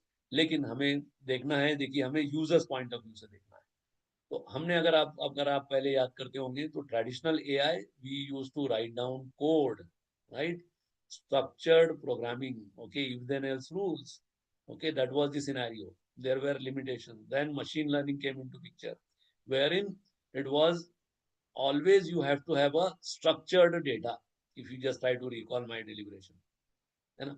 Structured data मतलब आपको न्यूमरलाइज्ड डेटा चाहिए, हर चीज की वैल्यू चाहिए, जितने भी पैरामीटर से आप डील कर रहे हो उसको नंबर्स के फॉर्म में चाहिए. And to be very specific, 0 to 1 के बीच में नंबर्स चाहिए, है ना. तो वो जॉब तो कोई मुश्किल नहीं है, आप क्या कर सकते हो, उसको डिवाइड कर सकते हो. तो that can be done quite easily. लेकिन स्ट्रक्चर्ड डेटा चाहिए. डीप लर्निंग में क्या है कि you can go ahead with structured और अनस्ट्रक्चर्ड डेटा. हम unstructured data meaning there by I am referring to image, है ना. जस्ट जो आपके मोबाइल का एग्जांपल आपको दिया हमने, तो basically it uses DN, okay, deep learning neural network, right. So it here wherein you are able to give your image as well as the input. Okay. And based on the image, you may manipulate it. You may ask the LLM to do whatever you intend to do, right? So it is not merely structured, but unstructured. That is the power of these DNN architecture. And what about the output? Output is still structured data. Okay. Maybe, as you can see, unlocking mobiles through face recognition is the best example. तो हम यहाँ deep neural network में क्या समझने की कोशिश कर रहे हैं कि आपने क्या किया, कोई गैजेट, कोई भी गैजेट लीजिए या कोई भी सेंसर लीजिए. For example camera you can think of as a sensor. तो सेंसर से हम डेटा ले रहे हैं, आपकी इमेज ले रहे हैं direct. Okay, when you switch it on and expose your face to it, what it will do, it will capture the image and it will process that image and categorize you whether you are a authorized user or not. If you are a authorized user, it will unlock your phone. If you are not authorized user, it will say sorry, right? So that is the best example. So now this can be extended to अब आप जो गाड़ियां आजकल खरीद रहे हैं, they call it as ADAS level 2 features, ADAS level 1 and whatnot. What is it exactly? It is there is a camera installed, okay, and then camera will take care of the happenings on the road, and accordingly it will apply the brake. Okay, if it is expecting some obstruction, okay, you may collide with that vehicle or something like that. So the driver need not have to take that decision. That will be done automatically. Okay, ADAS level 2. Okay, it will capture real image. Okay, and it will take decision. Okay. So, but in Indian scenario, the things are a bit difficult, right? But ADAS level 2 is that sort of a thing. So any sensor which is capable of capturing some real-time data, and then on the back end, what do you have? You have these DNN programs installed, which are capable of taking decision. Some microprocessor along with that program, which will be running 24/7, and it is acting upon, so maybe autonomous vehicle. Okay. है ना, हम self driving car जो बोलते हैं हम common terminology. What is it? है ना, वो सब देखेगा, आपका जेब्रा क्रॉसिंग देखेगा, सिग्नल देखेगा. So just like you and I, whatever we used to do while driving the car. So it will take care of everything, right? Okay, so if somebody is there on the zebra crossing, right, and so on, and accordingly will apply the brake, right, and so on. So unlocking, तो यहाँ पे beauty ये है deep learning में कि input जो है आपका स्ट्रक्चर्ड या अनस्ट्रक्चर्ड भी हो सकता है ना, इमेज हो सकती है ना. पहले हमने कहा नंबर ही चाहिए मशीन लर्निंग में. आउटपुट यहाँ पे क्या होगा? स्ट्रक्चर्ड डेटा होगा. हम थोड़ा सा और आगे बढ़ेंगे. जब when we will talk about Gen AI, you will be shocked what you can do with this technology, right? तो डीप लर्निंग में 3 प्रकार के आर्किटेक्चर्स हैं. One is generative, second is discriminative and the third one is the hybrid. And under generative category again we do have lot of possibilities. Okay, lot of architectures are, lot of tools are available in generative. Okay, discriminative is typically used for discrimination purpose, and the third one is the hybrid, which is a combination of both.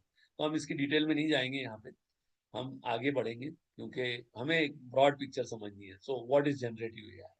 अब हम आ रहे हैं चौथे box पे. If you just try to recall, okay, the very first block was traditional AI, machine learning, then deep learning. We have talked about all those things. So traditional AI, then machine learning, then deep learning. Now we are moving toward the last and the final stage. Okay, the era in which we are living in, that is the era of generative AI. What is generative AI? Okay, generative AI, even though it is a subset of AI, okay, it uses same technology, whatever we have talked about. You know, machine learning, वही जो हमने अभी तक बात की. Okay, training, learning, all those things remain same. Okay, the only difference is the capability or the potential. Okay, अब यहाँ पे अब input देखिए आप, unstructured. Okay, earlier in deep learning we used to have just look at this slide. Okay, what it was structured or unstructured.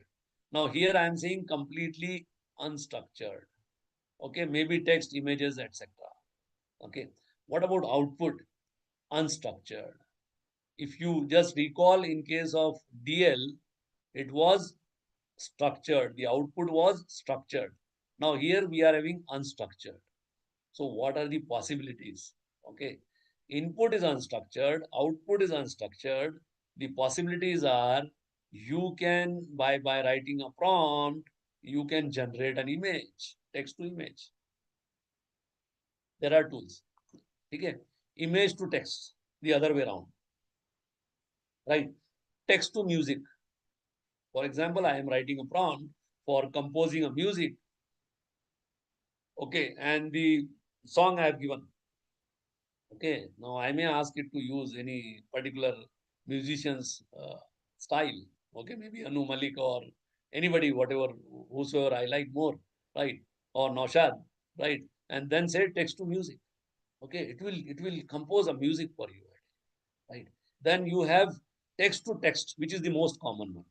What is text to text? That is the chat GPT is the best example. Okay, wherein you give some prompt in the form of text and you expect that is create an article. We will have some live examples in the second session.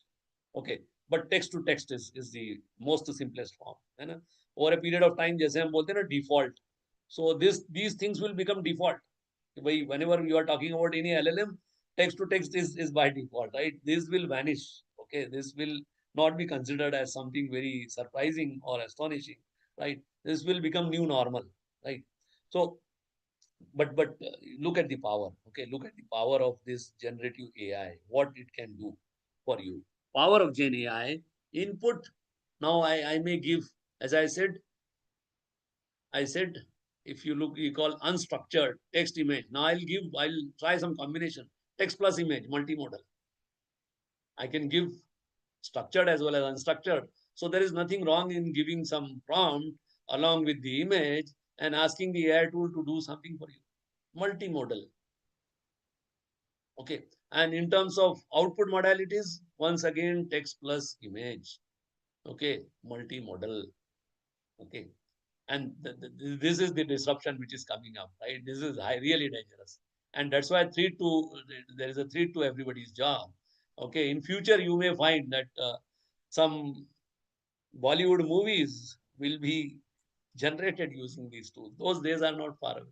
You must have heard about the controversy that most of the celebrities they are approaching Honorable High Court or Supreme Court for protecting their personality. So what has happened? You must have heard about the Grok controversy. Grok is a tool. So what has happened by using Grok?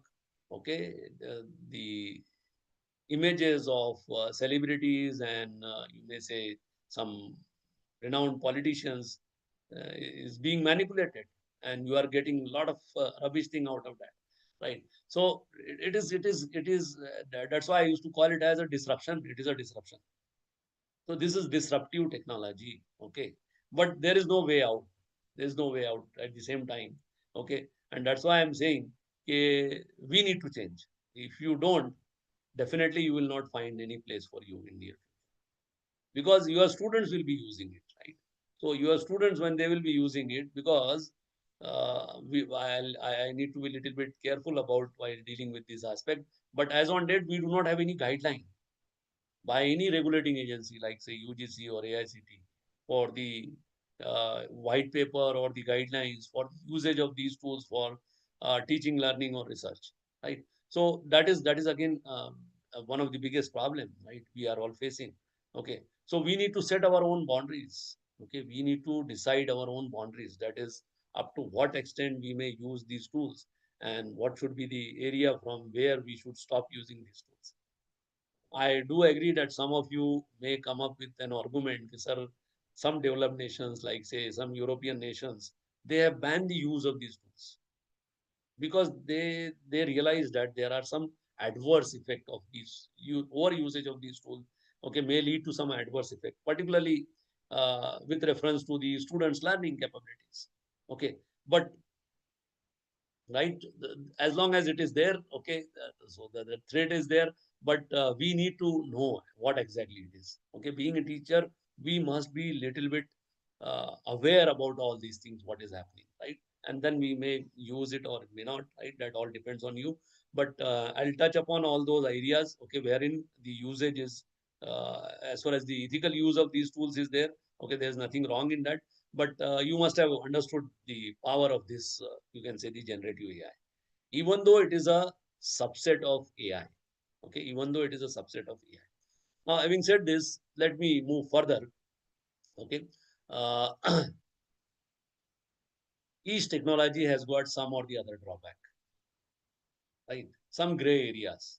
Okay, so this AI is again, it is having some problems associated with this, right? So one of the biggest problem with this AI is what they call it as the black box problem in AI. Okay, we'll just try to understand this on a very broader perspective.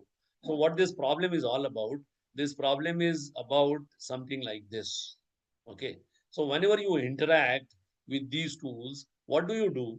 You write some prompt, okay, in any English or Marathi. Okay, now these tools are even capable of understanding your native language, right? That is not a big deal. I'll show you some tools, okay, wherein you may use Hindi or Marathi as well.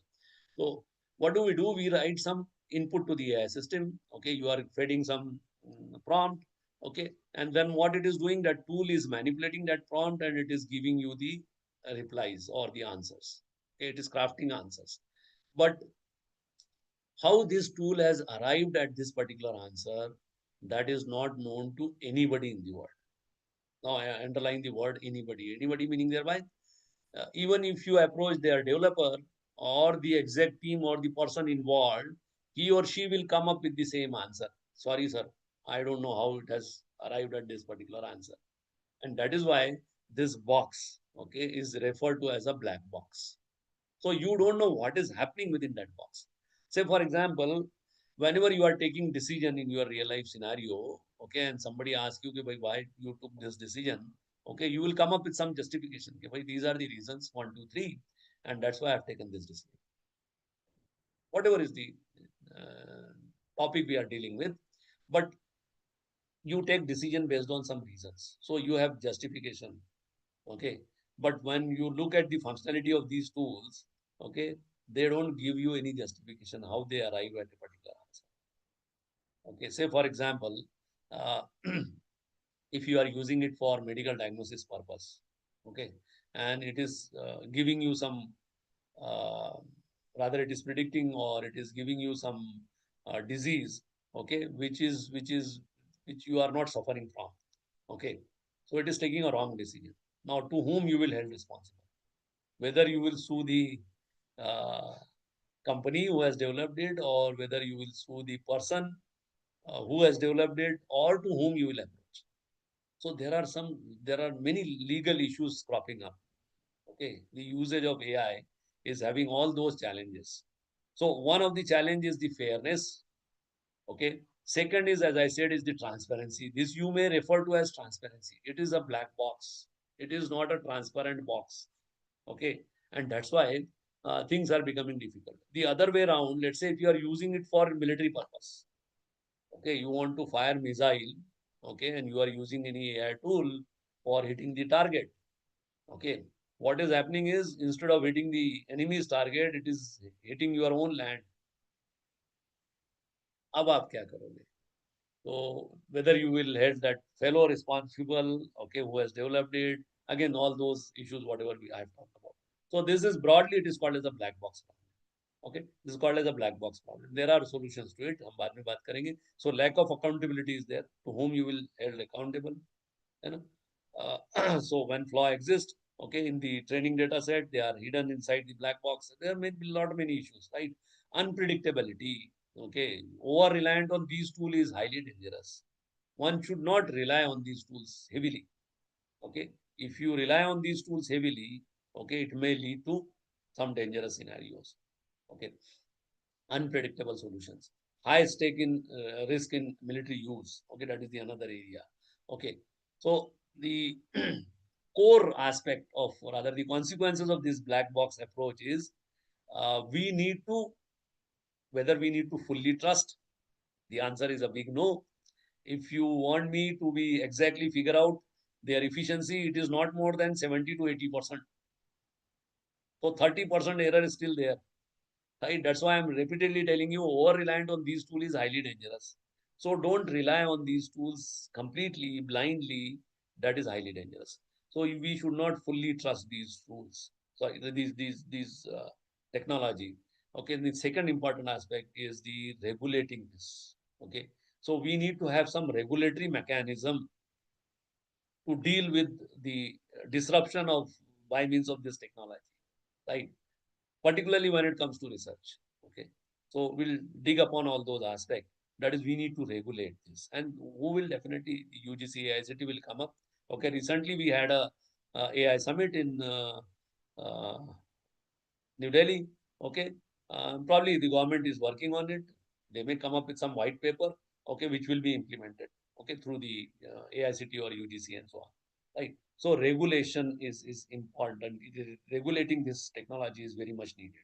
Okay, but what is generative AI? अब हम यहाँ से generative AI पे बात करेंगे और generative AI के tools पे बात करेंगे.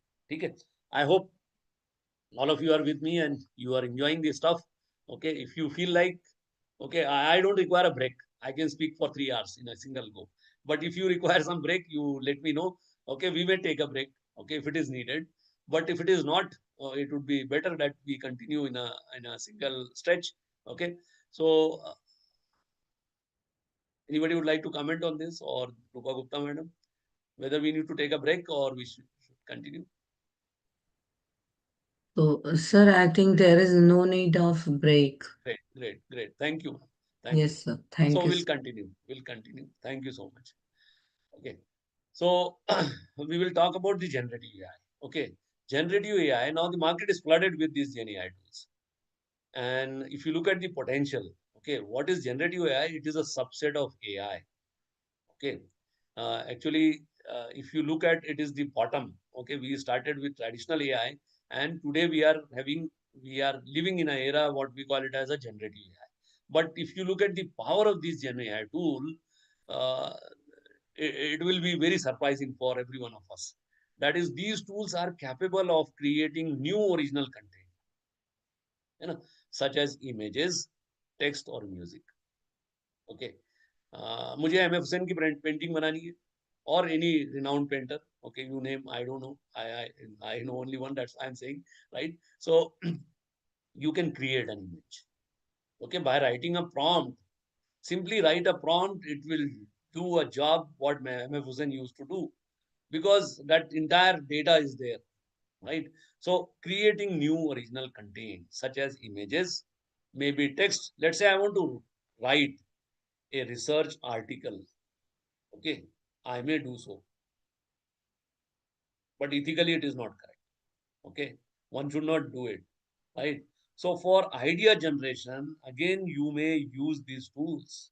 Okay, wherein you may give 4 or 5 PDFs, okay, as an input, and ask it to generate altogether new research article for you. It will do it for you, but one should not do it, right? Then images, or as I said, music. So these things, if you just try to recall, right, these things were associated with human intelligence, जिसको हम बोलते थे creativity, innovation and whatnot, right? So those things are being challenged by these tools. I hope you are getting me, right? And that is the major problem. That is one of the biggest, you can say, the challenge we all are facing, right? So these tools are capable of doing all those things quite easily. That too quite easily. So creativity, innovation. Okay, okay, and we are looking at a very small subset of AI. Okay, it is not the entire technology we are talking about. We are talking about the smallest subset of that AI, right? That is the generative AI. Okay, look at the application: content creation, drug discovery, game design, simulation, text to image generation, and whatnot. Okay, how do these systems work? Okay, key characteristics of these LLMs. तो ये LLM काम कैसे करते हैं? तो पहली चीज है इसमें कि टेक्स्ट अंडरस्टैंडिंग. तो दीज LLMs, इनको हम लार्ज लैंग्वेज मॉडल्स बोलते हैं. LLM जो आपका ChatGPT, the most common one. Okay, we all of us we are using it, is the ChatGPT. So इनमें पोटेंशियल क्या है? They can understand the text. Okay, and how do they understand this? They understand the sentences. Okay, and the sentences are divided into words, and they go one step beyond that. That is the context in which the prompt has been crafted, right? So it is They are not only capable of understanding the word or sentences, but the context in which it has been asked. Okay. So don't you feel that is really surprising, right? Many times we used to call it as we need to read between the lines. So they are capable of reading between the lines. It is as simple as that, right? So text understanding up to that extent, that is the power. Text generation. LLM generates coherent, contextually relevant text based on input queries, making them powerful tools for a wide range of applications. तो बहुत सारी application के लिए ये आपको generate करके देंगे, यानी टेक्स्ट जनरेट करके देते हैं. That to what is the quality of that text? It is coherent, contextually relevant, है ना, इरिलीवेंट टेक्स्ट नहीं आएगा. Okay, and so on. ये दो इंपॉर्टेंट कैरेक्टरिस्टिक्स है एलएलएम्स की. How do they function? हम थोड़ा सा फास्ट चलेंगे क्योंकि मुझे आपको डेमोन्स्ट्रेशन भी दिखाना है बहुत सारी चीजों का. तो पहली स्टेप होती है टोकनाइजेशन. हम क्या करते हैं यहाँ पे? The words are comprised of sorry, the sentences are comprised of words. So for simplicity, each word will be considered as one token. You know, in terms of LLM terminology, we'll call that word as a token, right? So words are converted into tokens, okay? And then the model processes those tokens. अब हमने second बात करनी है यहाँ पे कि tokens are converted into numerical vectors. Now you can connect the dot. What I have already talked about, that is computing with words. What do we do in that case? We convert the words into numbers. Computation ready, right? That is what is exactly is the numerical vectors representing their meaning. Then self-attention. The model assesses which parts of the text are most important for understanding the query. जैसे आप और मैं examination में बैठे हैं तो हम क्या करते हैं? हमने क्वेश्चन पढ़ा, उसमें लिखा कि भाई explain this so and then question mark and then justify. Okay, 6 mark है तो हमको पता है कि 4 मार्क एक्सप्लेनेशन को है, 2 मार्क जस्टिफिकेशन को है. ठीक है ना? So accordingly we mold our answer, or rather we craft our answers. So these tools are again capable of identifying the important words or the context or the words in which the or the context in which the question has been asked and so on. चौथा है इनका, they go one step beyond, that is prediction. जैसे मैंने आपको 2 या 3 question पूछे, तो चौथा क्वेश्चन आप प्रिडिक्ट कर लोगे कि सर अब तो ये पूछने वाले हैं. So these tools have got that potential as well. I will show you that is how do they generate these predictive functionality of all these tools. उसके बाद क्या करते हैं? They are capable of generating response generate करेंगे. ठीक है, predicting and stringing together. And how do they do it? Predicting and stringing together relevant words in a coherent manner. तो ये 5 steps में ये LLM काम करते हैं. जितने भी large language models हैं, these are applicable to all of them, right? Uniformly. All right. So this is 5 typical steps, okay, which is being used. अब हमें सीखना है कि ये tools को आप use कर रहे हो, तो आपके हाथ में क्या बचा है? अब सिर्फ prompt कैसे लिखना है ये बचा है. How to write a prompt. Prompt मतलब इंग्लिश में जो statement लिख रहे हो आप, उसको prompt कहेंगे. So how to write a concise and precise prompt. Why I'm saying concise or precise? Because their licensing mechanism is in terms of tokens, okay, in terms of what should I say, the duration many times, or in terms of token, whichever is earlier, right? So 5,000 token or 500 token. So each token you are paying for it. If you are buying a license, okay, you are paying for it. So each token is important. That's why everybody will try to make it as minimal as possible, right? So that's why I say precise inputs, okay? And that this area is called as the prompt engineering. Now prompt engineering की 4-5 techniques हम basic देखेंगे. पूरी techniques हम देख नहीं पाएंगे, लेकिन we need to know at least few techniques of prompt engineering. तो सबसे पहला होता है what they call it as the zero shot prompting. हमने क्या किया? This is the way in which most of us we interact with these tools, okay, for the very first time. What do? We write a direct statement, that is what is this, what is that, or explain this, or just elaborate on this, or something like that, right? So wherein you don't give any example, है ना, that is called as zero shot prompting. तो आपको इसमें answers जो मिलेंगे, it will be very generic, general answers मिलेंगे, है ना, वेरी जेनेरिक मिलेंगे. लेकिन अगर आपने अभी क्या किया कि एक एग्जांपल दिया, अब आप बोलोगे सर एग्जांपल कैसे दे? just I'll give you an analogy, okay, which will make your idea a little bit clear. Let's say you have you have started manufacturing a two-wheeler, okay, and you want to market that two-wheeler in the market, okay, and you want to design a tagline for that product. You know? तो आपका competitor है, say for example Hero Honda, okay, और Hero Honda का tagline है, if I am not wrong, just fill it forget it, है ना? तो आपने ये एग्जाम्पल दे दिया उसे. Now you have given this as an example, use this as an example, fill it forget it, and craft, okay, craft a tagline for my product, okay, whatever is your vehicle name, and you provide some information, okay. अब क्या हो गया, आपने एक example दे दिया. So what the LLM can do, okay, it will analyze that example, that what exactly the user want, okay. So the very first aspect it will come to know, well, the user want a very precise tagline, not more than 4 words, fill it forget it, okay. Second important aspect is each word must depict some or the other characteristic of the product. So what it will do now, the job of the LLM is now bit easier. Okay, it will craft another tagline for your product, taking into account these two aspects, right? So this is called as one-shot prompting. So this way you may give more than one example. Okay, maybe another example to second example, third example. So if it is you are giving one example, it is called as one shot. If you are giving more than one example, it is called as few shot prompting and so on. Okay. So 0 shot, 1 shot, and few shot. Okay. So all done. So you may give a number of examples. If you give more than two, it will be considered as few shot prompting. And then you ask the AI to design a headline or maybe a tagline, whatever you want. Another prompt engineering technique is a very basic one, is the role prompting, wherein you may assign a role to the AI tool. Assume you are a principal of RDG College Akola, or you are a vice chancellor of Sant Gadge Baba Amravati University.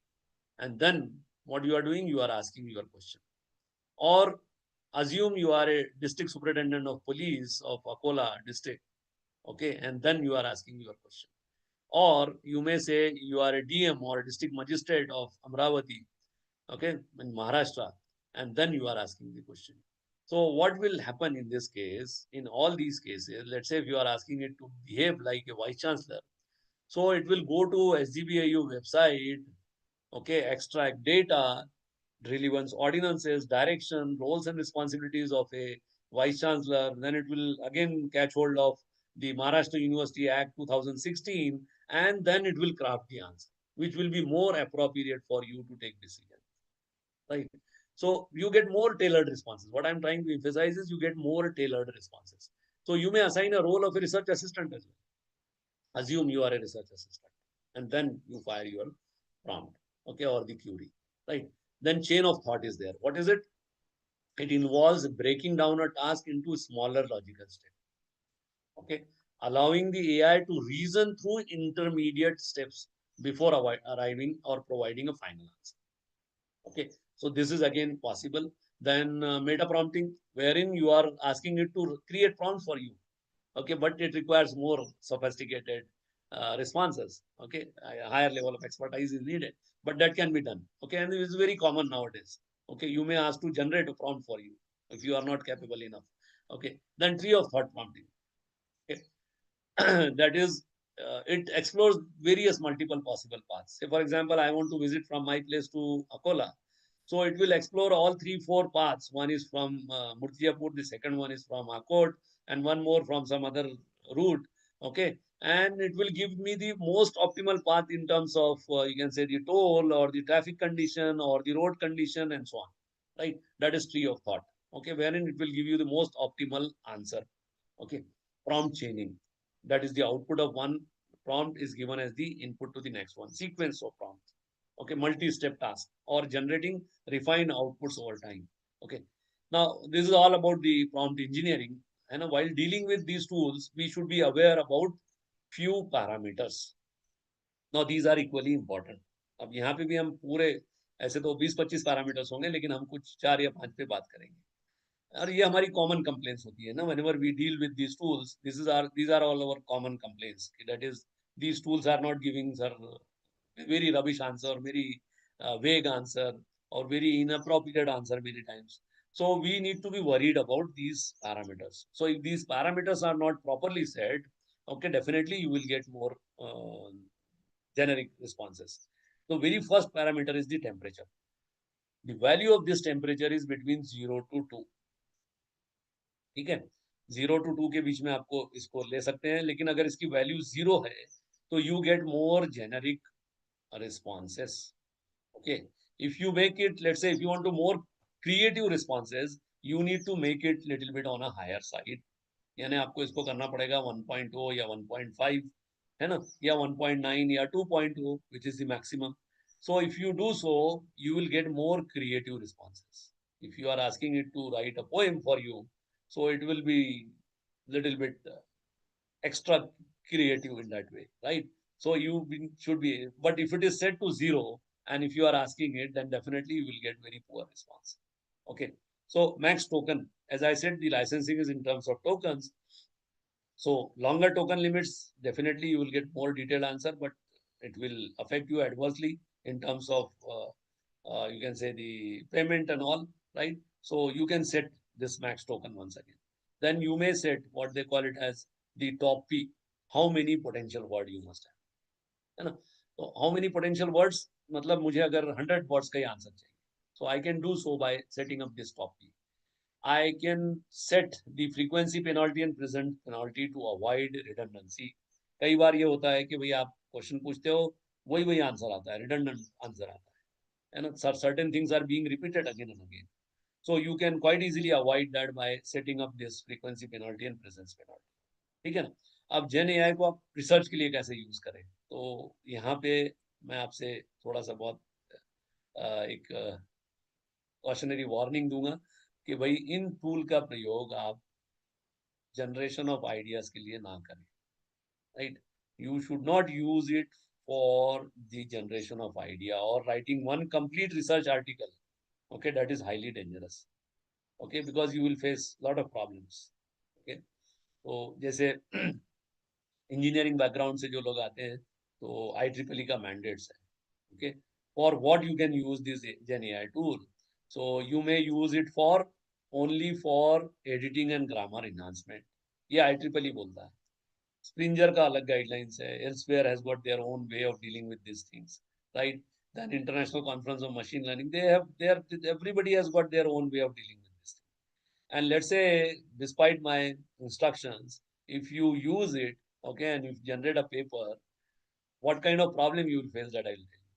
That is when you put that paper in the flag check, okay, it will be categorized as a AI generated stuff.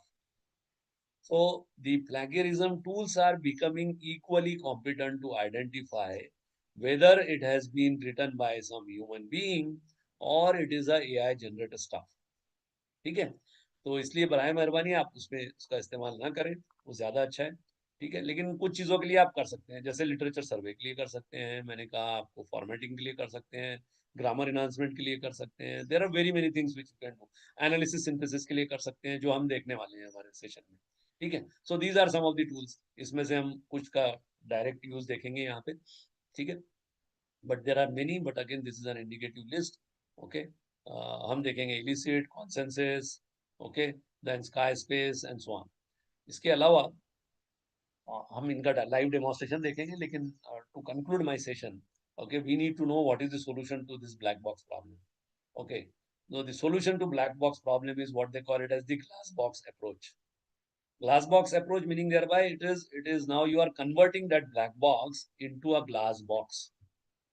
Okay, I hope you people are with me. I could see some people. Okay, anyway, Yes, sir. all right, no issue. So any problem, madam? Shall we take a break? If it is so, let me know. No, Okay, I sir, don't I have. think there is no need because All right. Because I don't have any problem, but let's say the participants are not willing, then we may take for 2-3 minutes. Anyway, so No, we'll sir, continue. actually, sir, Yes, doctor, yes, yes. sir, actually, very interesting part you are teaching us, and very much interest we have developed over here in your Thank you so much. lecture, sir. Thank you Yeah. so much. Yeah. Thank you so much. So Yes. what I was referring to, the black box we have seen, and the solution is the glass box. So we need to convert that black box into a transparent box or a glass box. ठीक है ना. And this is broadly called as what they call it as the explainable AI. This is the research area. Okay, this is the hot cake in this domain. Okay, a lot of research is going on. That is how to justify how these tools are taking decisions. Okay, and that is what is called as explainable AI. Sometimes it is also referred to as responsible AI. Okay, because actually meaning thereby all the tools as on date, they are not responsible. Okay, so how to make them responsible? Okay, that is the you can say the technical jargon which is being caused nowadays, right? So what is glass box approach? Glass box approach, again, there are numerous models, but these are the two popular model. Okay, just for the sake of information, you need not have to go into the details. One is the line, that is local interpretable model agnostic explanation, and the second is the Shapley additive explanation and so on.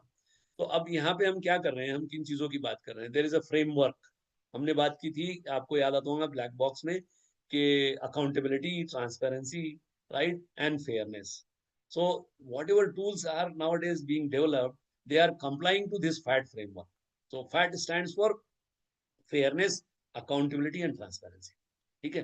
और ये जितने भी tool हम आज देखेंगे, another problem with this tool is the privacy and security. है ना.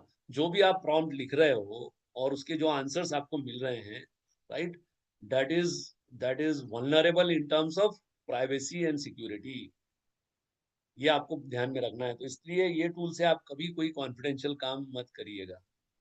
है ना. कई बार आपको यूनिवर्सिटी ने पेपर दे दिया और आपने बोला कि भाई generate a question paper for so and so subject, it will do for you, but don't do it, because your everything is at stake. मतलब जो prompt आपने लिखा, उसके जो responses आ रहे हैं, वो उसके cloud पे भी और यहाँ. इससे बचा कैसे जाए, इस पे भी हम बात करेंगे.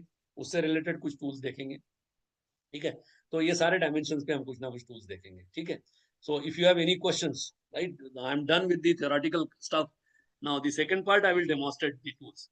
But before that, let's say if you have any questions, I'll be happy to answer.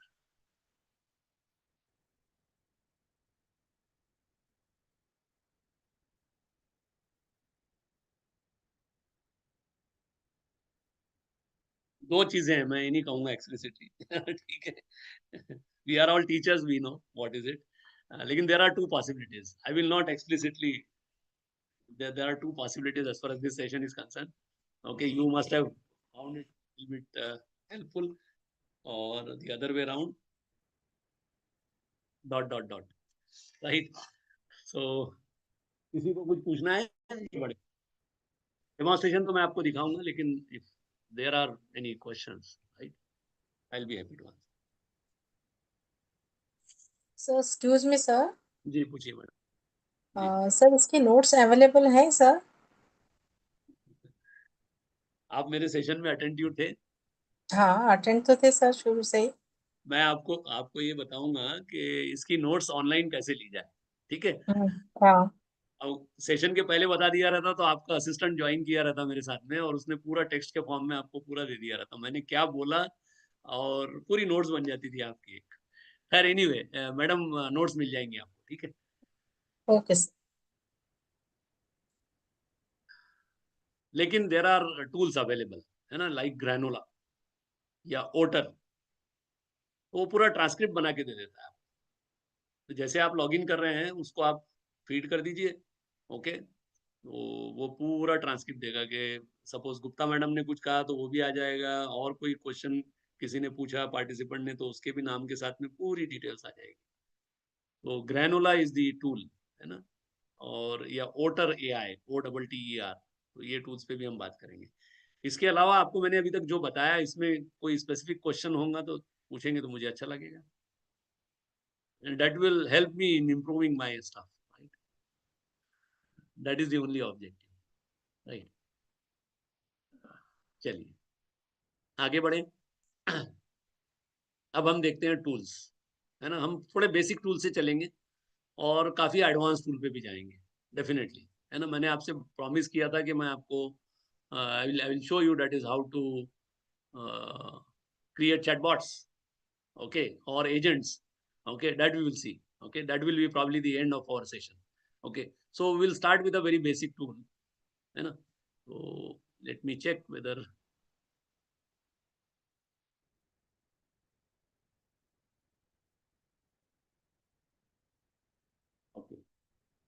So just allow me to share my entire screen.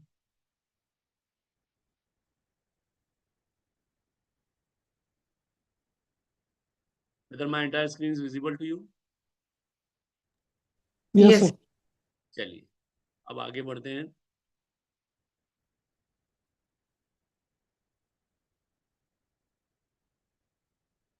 ठीक है. So the very first tool coming on your way is Notebook LM. Okay. So we'll just try to explore this tool for teaching, learning, assessment, evaluation, and whatnot. Okay. This is a very basic tool provided by, what should I say, Google itself. Okay. So for accessing this tool, what you need to do is you need to simply log in through your Gmail account. Okay. Log in through your Gmail account, go to this Google Apps. I hope my entire screen is visible to you, right? And then simply scroll down. Somewhere you will find at the end Notebook LM. So click on Notebook LM, or the other way around. You can note down the URL, that is notebooklm.google.com, right? And then something like this is there. Okay, we'll see how to use it. Okay.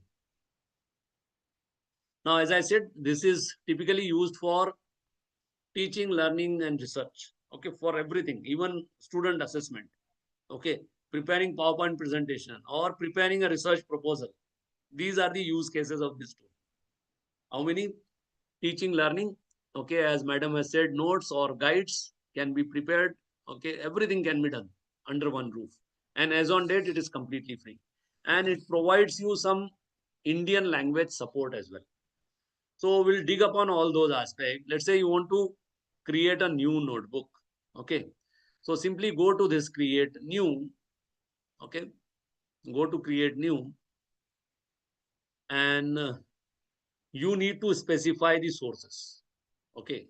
Now the sources can be specified in any way, like say, if you have already downloaded few files, research papers or some papers or some PDFs are available at your disposal on your machine, you may use this upload file option. Okay. If you want to catch hold of some websites or say YouTube, okay, videos and so on, you may use this option. Or if something is lying on your drive, you want to upload it. Okay, so this option is there, Google Drive.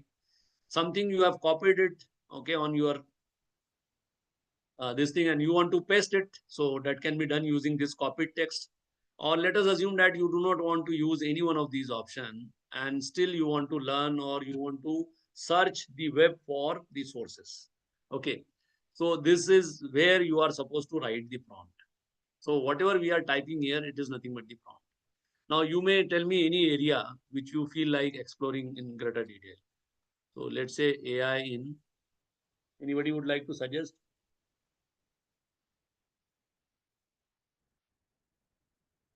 Anything? Black box. Black box, let's try. AI in uh, black box. We will explore black box testing, which is an era of, you can say, the software engineering, right? So AI in black box testing. Okay. So this is what we have. Now you need to simply hit that blue arrow key or hit enter key. Okay. So what it will do, it is now searching the web for the relevant stuff. And then it will, on a single run, it will catch hold of 10 sources at a time. Okay, 10 sources. So it has identified 10 papers, 10 websites, something like that. Okay. Right now it is showing 3 and 7 more are there. So if you want to view them, you can click on this view button. Okay. Once you click on this view, you can go to the sources. Okay. And you may either accept that particular file as a source, or you may discard it depending upon your usage. Okay. So what is in your hand is to select appropriate sources. Okay, that is the only thing you are supposed to do. Rest of the things can be automated. I'll show you that is how. Right. So let us presume or assume that whatever sources it has identified, we are convinced with that. Okay. And we want to import all those 10 sources. Okay. So click on this import button. All right. This plus import sign is there. Simply click on import. Now this way you can import as many as 50 sources in a single go. But there are certain things which you need to be worried about, rather you should know as a user. That is, it will access only sources which are available in public domain. Okay. Let's say if some paper is there which is in IEEE Explore, wherein some login ID and password is needed, it will not access that paper. Okay, it will say that that source is not available. Okay, so whatever is, fortunately in our case, what has happened is all the sources are open access. All of them, they are open access. Now, what it has done, it has catch hold of all those sources. Those sources are uploaded.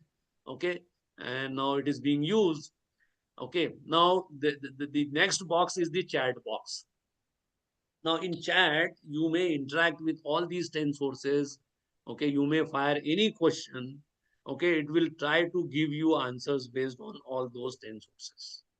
Okay, and apart from that, as I've told you, that is, it has got its own predictive capabilities. So it has generated few prompts for me. Okay, say, how does AI specifically enhance traditional black box testing technique? Compare AI and human effectiveness in designing comprehensive test cases. What are the core challenges of testing black box AI model? Okay, and so on. Or otherwise, you may type anyone, whatever you feel appropriate on this box. That is, start typing and hit this arrow key. Okay, let us take some pre-carved prompt. Okay, now it is analyzing, digging into details, analyzing the black box, comparing testing methods, okay, evaluating model drawbacks, and it is coming up with the answer. Okay, this is the answer it has come up with. Okay, so this is the chat functionality, detailed answer. You may copy this answer, paste it in some file, and so on. Okay, now look at it has generated three more. Okay, the earlier one has gone. Okay, now we are digging into greater detail. Okay, randomly I picked up that one, but now it is giving me something with regard to Oracle problem, AI diagnostic, AI ML driven fuzzing, right? Improve black box security and so on.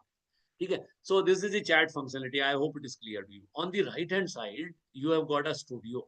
Okay, studio functionality. Okay, under studio, you have very many options. Very many options like, say for example, I want to create audio, explainer audio in Marathi or Hindi. That is very much possible. Okay, look at this number of language support. Right now, it is having these many Indian language support. So I may create a explainer audio. Explainer audio kya rahega? It will be a conversational audio, podcast kind of a thing between two person. One person will be asking the question, the second one will be answering the question. Okay, in a very interactive manner, and that too in your native language. Okay, and based on all these 10 sources, 10 के 10 sources पे बना के देगा आपको, है ना? So audio can be, by default it is in English, okay, but the other way around, you may create it using some your own native language as well. Then video explainer is again there. It will create a video explainer video, okay, by AI, again conversational video, okay, which will help you in understanding the concept. ठीक है, तो video भी बना सकते हो आप, explainer video बना सकते हो, लेकिन वीडियो जो है सिर्फ इंग्लिश में ही बनेगा. Okay, no Indian language support is there. Audio, you have got this facility. Now some of you may argue कि सर ऑडियो का पर्पस क्या रहेगा आपका? आप ये ऑडियो बनाइए, उसको डाउनलोड करिए, मोबाइल में रख के आपके फ्री टाइम में उसको सुनिए और वो कंसेप्ट समझ लीजिए. ठीक है ना? तो कई बार ये कहा जाता है कि भाई आप पढ़ते हो तो पढ़ने से ज्यादा सुनने से आपको समझता है ना? तो उसके लिए ये फंक्शनैलिटी दी गई है. फिर ये आपको माइंड मैप बना देगा, ये आपको फ्लैश कार्ड बना देगा. लेट्स से इवैल्यूएशन मैंने कहा आपसे, क्विज बनाना है आपको, क्विज बना देगा. Okay, these boxes right now I'm simply clicking, and this flashcard, quiz, mind map, everything will be based on what? Based on these 10 sources. अगर मैंने यहाँ 50 sources लिए तो 50 पे बना देगा. It will create a slide deck, यानी PowerPoint presentation बना देगा आपके लिए. मुझे एक इन्फोग्राफ बनाना है, कल सेशन लेना है आपका, तो उसके लिए एक बढ़िया सा इन्फोग्राफ बनाना है. So I can do that using this infograph functionality. ठीक है, तो देखिए अब क्या क्या बन गया है आप लोगों के लिए यहाँ पे. This is the mind map if I am not wrong, है ना. सो this is the mind map it has created based on those 10 sources. ठीक है. प्रिडिक्टिव एनालिटिक्स सारे एरियाज आपको, ये आपको पढ़ाई के लिए बहुत काम में आता है. Student now you may share it with your, you can download it or you can share it with your student community. There is nothing wrong, right? So you can manipulate it in whatever way you want, right? So this is the you can say the mind map. Okay. अब हम देखते हैं इन्फोग्राफ बन गया हमारा. नहीं, it is still working on it, but the quiz is ready. Okay, quiz is ready. Let's try something on quiz. इसने 10 question का क्विज बना दिया आपको. ओके. हो सकता है एक एक पेपर से एक एक क्वेश्चन लिया हो. 4 एमसीक्यूज है इसमें, 4 ऑप्शंस है ABCD. Okay. Hint is again there and you can go to next. Now you can share it with your student community, या आप अगर गूगल क्लासरूम यूज कर रहे हो तो वहां पे भी ये लिंक डाल सकते हो. ठीक है ना. Is nothing wrong in that. Okay. तो ये क्विज बन गया आपका. हम देखते हैं फ्लैश कार्ड भी बन गए होंगे शायद. ठीक है. Yes. So this flash cards are ready. Okay. कितने फ्लैश कार्ड बनाए? 70. Okay. Alright. So this is flash card functionality, है ना. इसके अलावा आप क्या कर सकते हो यहाँ पे. ऑडियो अपना जनरेट हो रहा है. मैं आपको बताना चाह रहा था infographic, but that is again under way. और पावर पॉइंट प्रेजेंटेशन जो मैंने कहा आपसे, it will prepare a very professional PowerPoint presentation, right, based on 10 sources. तो ये 10 sources का स्टफ वो 15 स्लाइड्स का बनाता है usually. Okay. Number of slides are limited to 15 only, 15. But 15 slides में you will get stuff from all the 10 sources.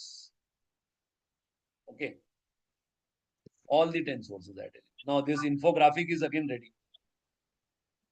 देखिए ये इन्फोग्राफिक बन गया हमारा. आपके सेशन के लिए आपको इन्फोग्राफिक चाहिए तो ये इन्फोग्राफिक बन गया.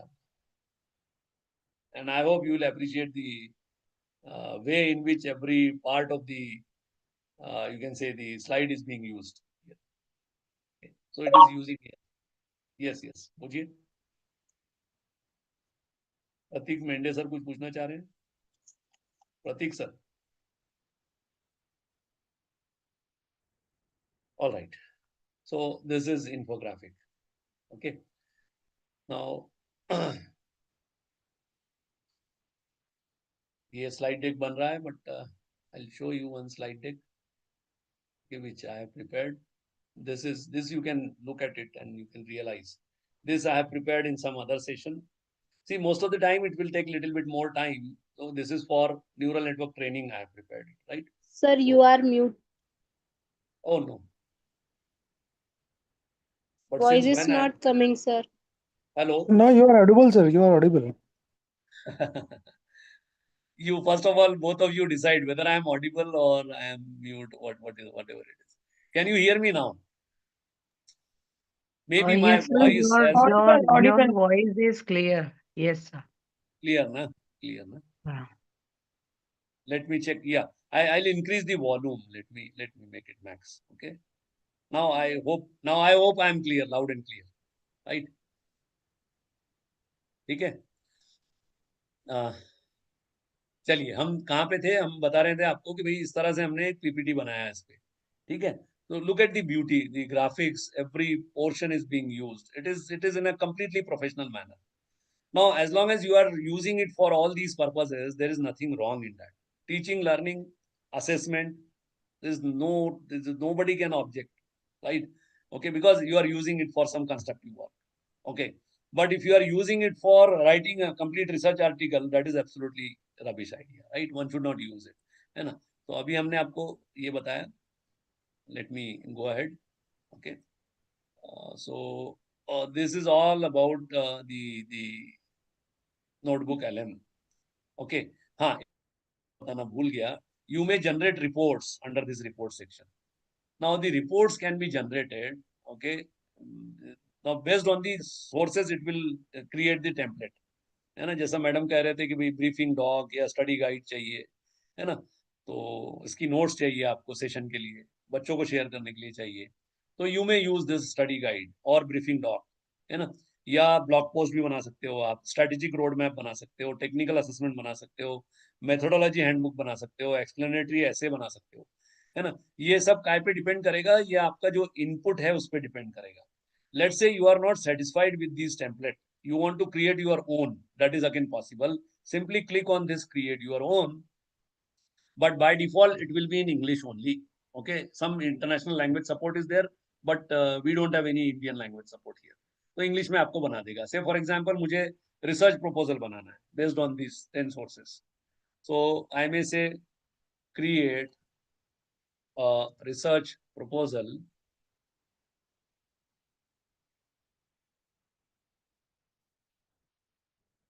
Okay, create a research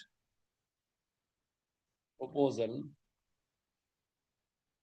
Okay, and then you may give some guidelines and so on. Okay, maybe you may give the guidelines issued by your funding agency like say AICT, DST and so on. Okay, and then simply say generate. So it will generate a research proposal for you. Okay, but again, don't copy and paste. You may use it as a guiding principle. Okay, as long as you are not copying and pasting it, okay, it will not create any problem. Because once again, the research proposal are again subject to the plaque check. Okay, so don't do that. Don't copy and paste. But you may use it for a general guiding principle or a layout, something like that, right? So this is how you may use this particular tool, right? So I hope you are all you will adapt to this particular tool. This is completely free. You need not have to pay anything. The only thing you have to have is you have to have your Gmail ID. Okay. As on date, Gmail is providing you this free of cost. Okay. Now let us move ahead with some other tool. I may be going little fast because we do not have time. Okay. I want to show you around 10 to 15 odd tools. Okay. That's the only reason we'll be going little fast. I hope everybody is comfortable with this, right? But let's say if you have any specific query for with regard to a particular tool, you may stop me at that point of time. Unmute yourself and please ask कि sir ये कैसे करना है या ये फिर से बताइए वगैरह वगैरह, right? So the idea going little fast is to give exposure to you more number of tools. That is the only reason, right? Now this research proposal is ready, as you can see. Okay, so this is the research proposal. Okay, leveraging AI, title भी दे दिया इसने आपको. Okay, and then introduction is there, then the comparative analysis of AI driven testing black box is there, table बना दिया आपको, बहुत सारी चीजें करके दे दिया, तो कुछ प्रॉब्लम भी फॉर्मुलेट किया होगा वगैरह वगैरह. But don't copy and paste, but this can be a very helpful document for crafting your own proposal, है ना. इससे आपको एक आइडिया आ सकता है. Okay, strategic summary भी बना के दे दी. The transition to AI driven autonomous framework is the only viable path to maintaining software वगैरह वगैरह, right? So it is using AI at the back end, right? This tool is exploiting AI, whatever we have learned. Okay, maybe in 1 hour, 1.5 hour in the earlier session, that is being used here extensively, right?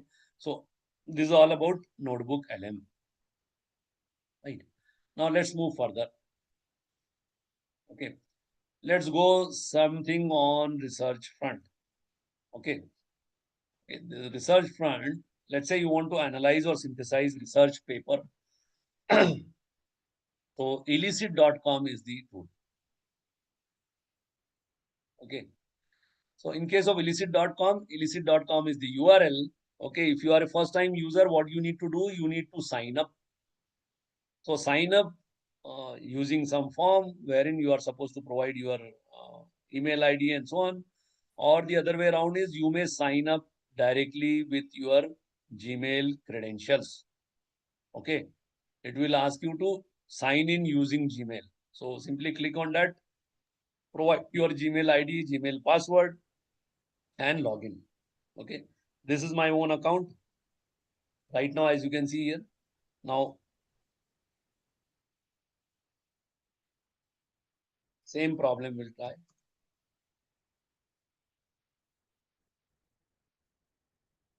But testing is different. Huh? The things are altogether different. AI in black box is different and the black box testing is different. It is a testing mechanism. And that's why I don't know whether you must have observed it.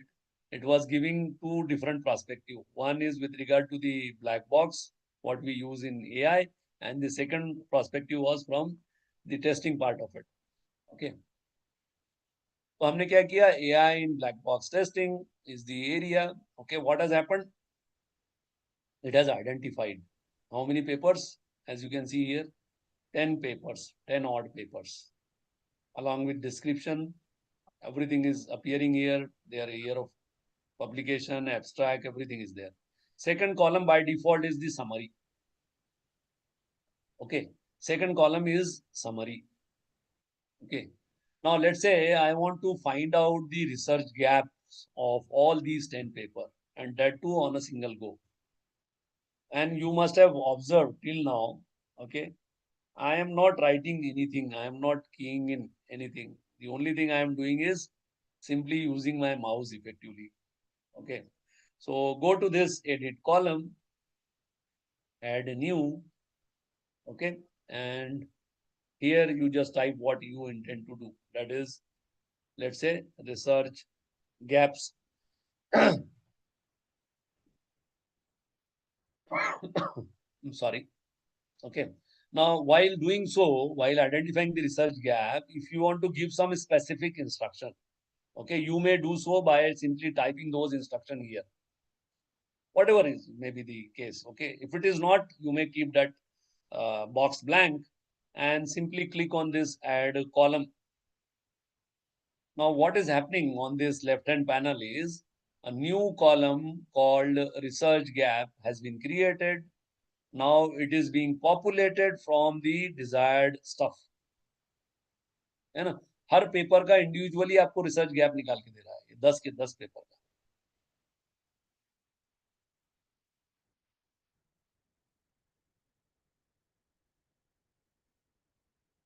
Is this okay? Okay. So this way you may add up, let's say I want to know the research methodology.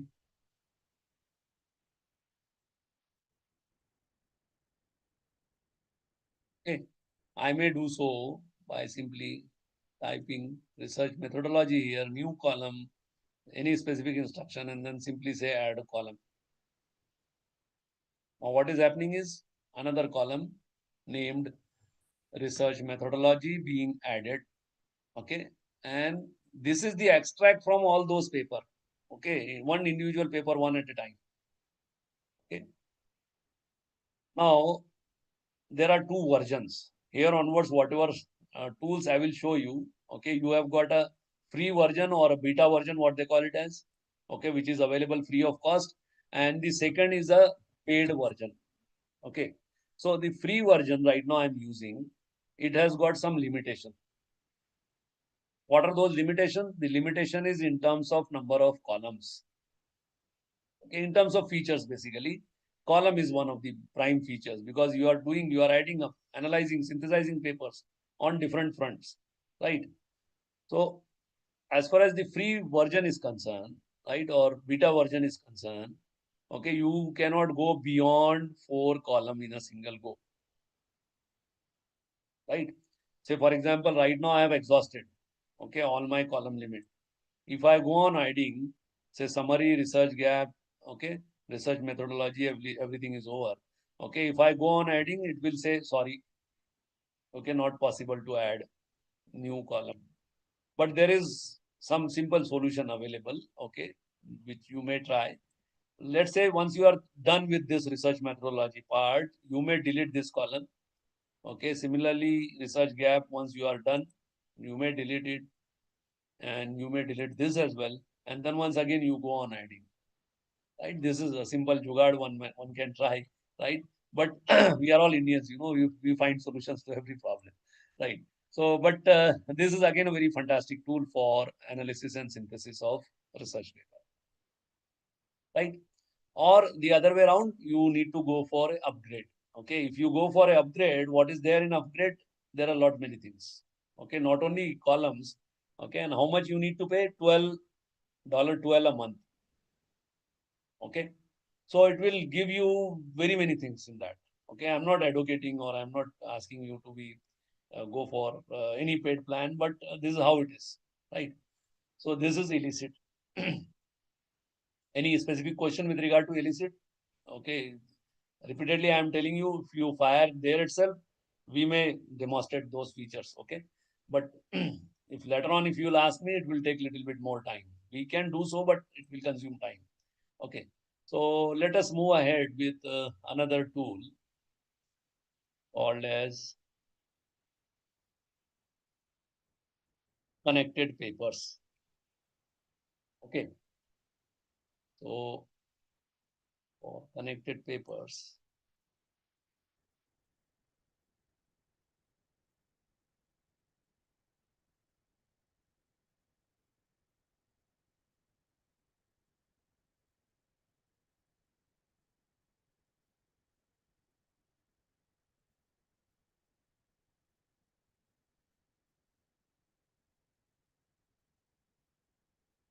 once again, in case of connected paper,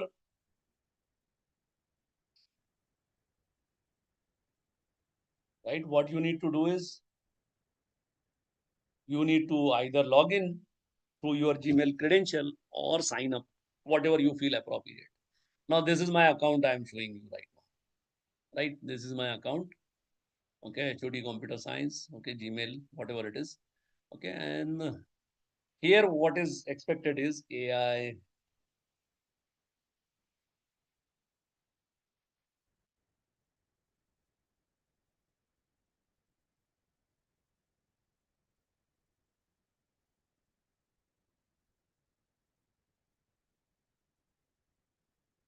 You have typed this, right? So it will give you certain papers once again. Okay, what you can do. Okay, now it is generating graphs. Okay, it will build graphs. Now you may ask, sir, what is the use of these graphs? These graphs will help you in identifying the real stuff in your domain. Okay, how? Say for example, this I have given. Okay, there is a gross GOSS 2025 paper, information theory based quantitative complex analysis for autonomous vehicle safety testing. Okay, so how this work is related with others, it has got roots in 2024, then 2022. So this dependency and all, this will show you in the form of a graph. So which will help you a lot in identifying the real players in your domain. I hope you are getting me. And apart from that, so this is typically used for identifying literature, real literature in your domain. Okay, so you may use it very effectively. Okay, you may use even you are even if you copy these graph, there is no problem, right? And you may put it in your literature survey and so on. Apart from this, it will show you exactly, let's say, let's say this is the paper I'm looking at. So what are the prior work to this particular work and what are the derivative work to this particular work? It was a 2025 paper.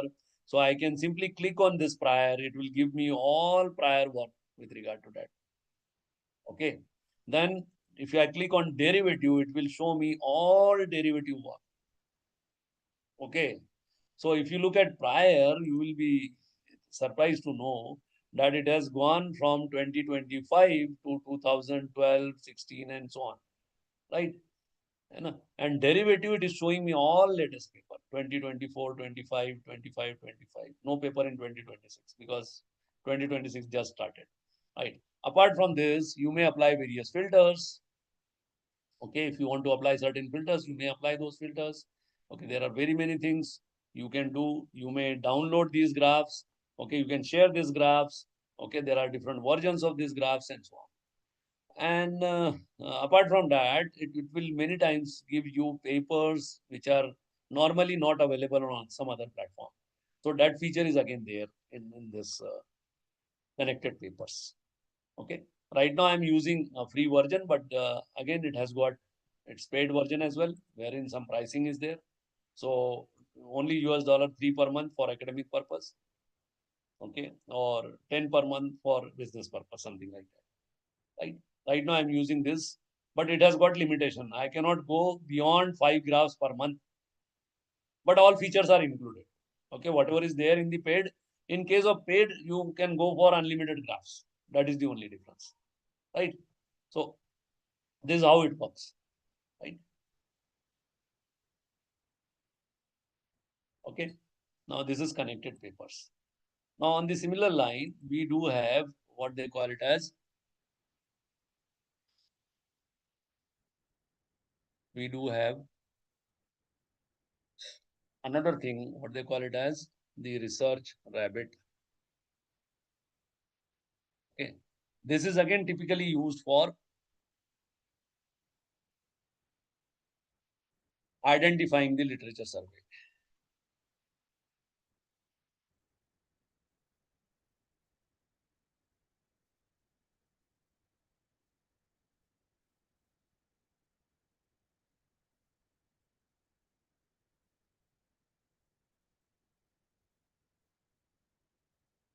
Now this rabbit is working for you, and it is identifying the real literature in your domain.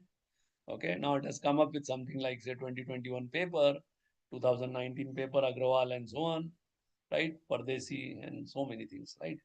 So let us pick anyone randomly. Okay. So I picked up this. Okay. Okay. On the right hand side, you have very many things which you can do. Okay. Simply click on this up arrow. Okay. I may find out papers. Okay. by means of, you can say, the some keywords or some title, some author, any specific area, maybe 2007 to 2026 or 2016 to 20, last 10 years, their quartile, whether the Scoopus or SJR quartiles, Q1, Q2, Q3, Q4 and so on. ठीक है ना? तो आप इस तरह से इसको कर सकते हैं. ठीक है? Then if you are interested in accessing the retracted paper, again that is possible. Exclude retracted or only retracted. Okay, and then hit the this one, right? So it will do lot many things for you, right? It will do lot many things for you. Okay. So let me go to my library. Okay. Now the another important aspect with regard to this is that is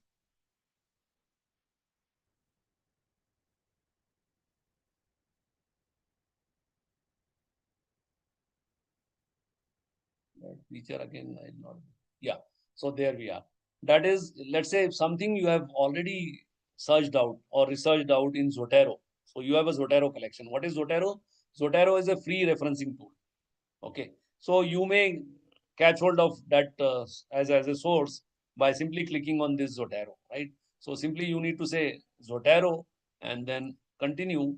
Okay. And then it will open Zotero, from where I can once again show it. That is, these are the papers which I wanted to extract in the research rabbit, and then I may proceed further in that way, right? So this is another feature. Okay, you can even connect with some other sources as well. That is Zotero and all. Okay, this is all right. Okay, now let's move ahead with certain tools. Okay, wherein we do have things like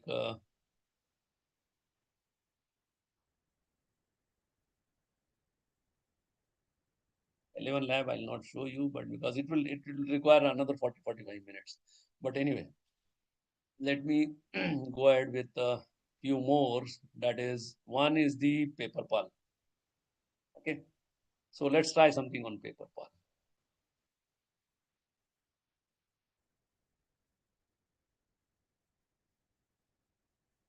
So paper pal is typically used for even writing, right? Writing research paper, right? You may use it, okay, but one should not use it for that purpose. As I said, that it will be categorized as AI generated stuff, but it has got all those functionalities. Even you can check plagiarism. AI detector is again there. Submission check is there. Okay, let's say if you have some specified template, you may add up those templates and you may ask it to create a paper, rather format a paper, instead of saying creating a paper, formatting a paper in the desired template. Okay. So that can be done. Okay. So paper pal is typically used for, you can say it is, you can chat with PDF. There are very many things under one umbrella. Okay. You may add up this particular thing as a MS Word add-in tool.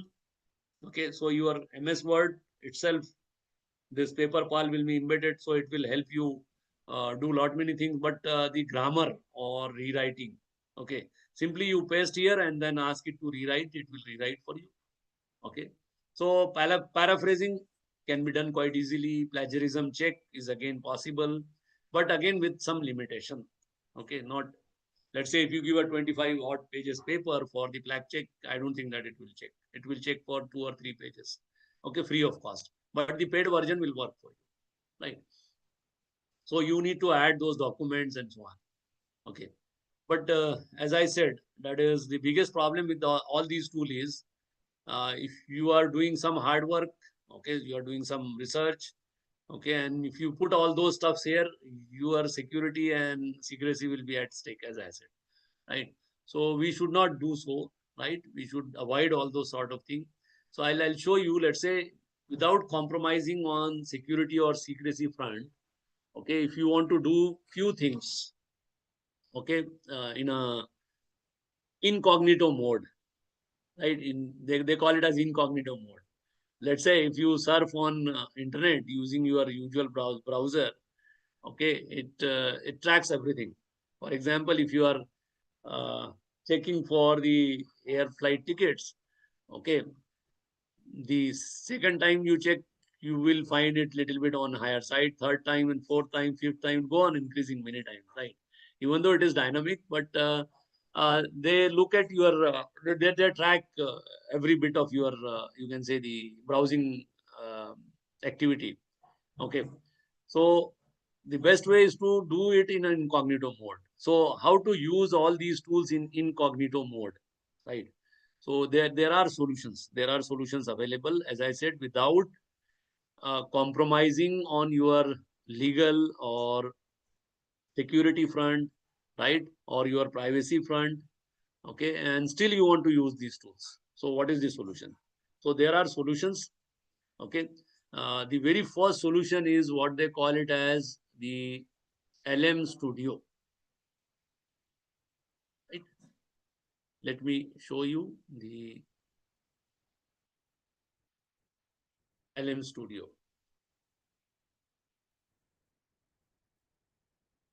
Okay. So simply say LM Studio free download and it will take you to this link. Okay. Then simply download this executable file. Okay. One file will be downloaded, executable file. Double click on that and install it on your machine. But there is a warning, right? Warning is in terms of the resources you have to have. Don't try it on your mobile, very first thing. Okay, if you try it on mobile, it won't work, right? Don't try it on mobile, the very first thing. Second is, for running this application or this framework, you have to have, it is very resource hungry tool, right?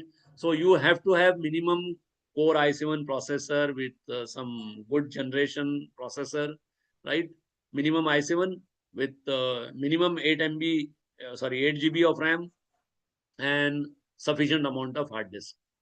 If it is not available, then again don't try. Okay, it will slow down your machine.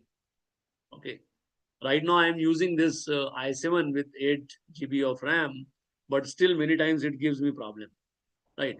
So what you need to do, you need to download this file. One executable file will be downloaded. Double click on that. There is no rocket science involved in that case. Okay. It will ask you some basic information, maybe your name, mail ID, and so on. Go next, next, next, next. Install it on your machine. Once you install it, what you need to do is you need to populate it with some open source LLM tools. Now, what are these open source LLM tools? These LLM tools are Gamma, Llama 3.2, Gamma 2, and so on, right? There are many. So these open source tools, free and open source tools, are available free of cost. Okay, but for running those free and open source tool, you have to have this framework. Okay, it is an environment within which those tools can be loaded. Now, once you have downloaded this, install it on your machine and populated the respective tools, okay, open source, free and open source tools or LLM tools, okay, now you are done. Okay, you are done. Now, here onwards, you don't require any internet as well. Okay, you can work in an offline mode with these tools. So definitely when you are working in an offline mode, okay, your security, there is no breach to your security and privacy. I hope you are getting me, right? So I will show you that I have installed this on my machine. Okay, I'll show you the demonstration, right? So what you need to do is you need to simply, as I said, install it. So this is what I have installed on my machine. Okay, LM Studio, I am running it. As I said, it is resource hungry, so it will take little bit more time to get loaded. So we need to hold on for a few seconds.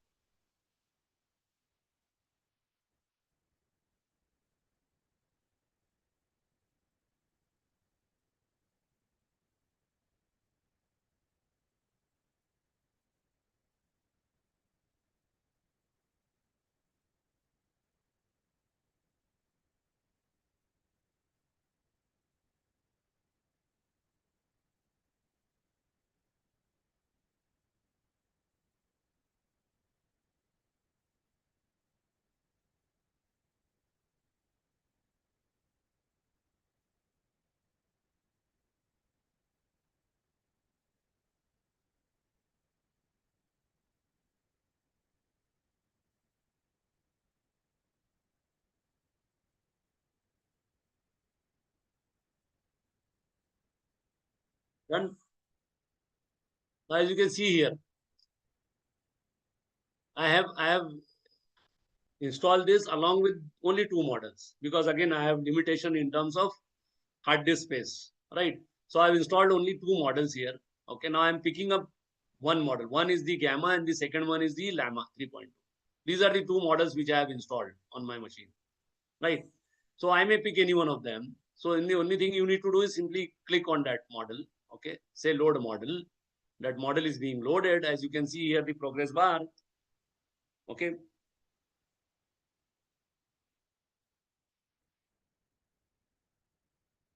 Progress bar. Right. So now here onwards, as I said, okay, you don't require any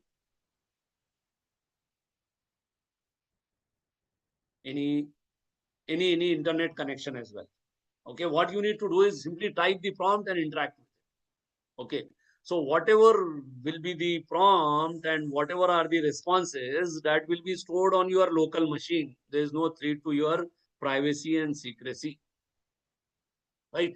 So this is a very fantastic framework. Okay, one can use it, but the only limitation is very resource hungry, because as you can see now we were executing our prompts on notebook LM. So what has happened in that case? So everything was being executed at Google Cloud.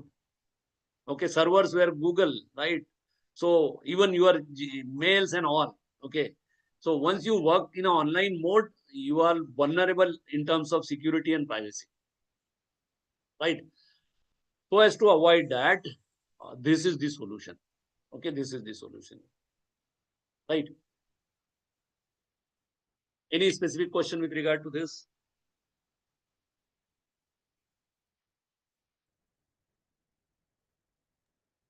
Hello. So, sir, is it free? That Completely free, madam. That's why I said free and open source. It is okay, sir. completely free and open source. But the main term is we should have i7 process, sir. That is bare minimum, madam. That is needed. it will work. I have not tried, but that is what they claim. It may work on inferior machine as well, but it will take more time to load.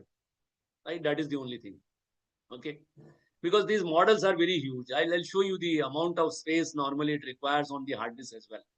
Okay. It is gamma 2. The hard disk space needed is 1.59 GB and 1.23 GB. This is a big amount of hard disk space. Right. That too, again, these models are very basic. So this way, if you load 10 models, okay, you require a lot of hard disk space. And now what is happening is this 2 GB program is being loaded into RAM, right? So it will definitely take more time. So if your processor is slow, it will work. It may work, but it will be drastically slow. Okay, that is the only reason. Okay, that's why I said ki bhai resource hungry. Okay, but you will be safe. You will be safe. Okay. Sir, So I you may. have one question. Sorry. Yes, yes. Uh, Please, please. Sir, if we want to download this LM Studio, so is Yes. it necessary to separately download that Gamma and LL, Yes, that yes, Llama yes, also? yes. Gamma and Llama. Once you download this framework, na madam, it will ask you what are the models you want to download. Okay, and there you Yes, need sir. to Thank you. there you need to. I'll show you one similar platform. What they call it as Olama. Have you heard this name? Olama. Same way you need to go. Okay, just like we have gone for the LM Studio on the similar line, you need to go for Olama. Simply say Olama free download search. Okay.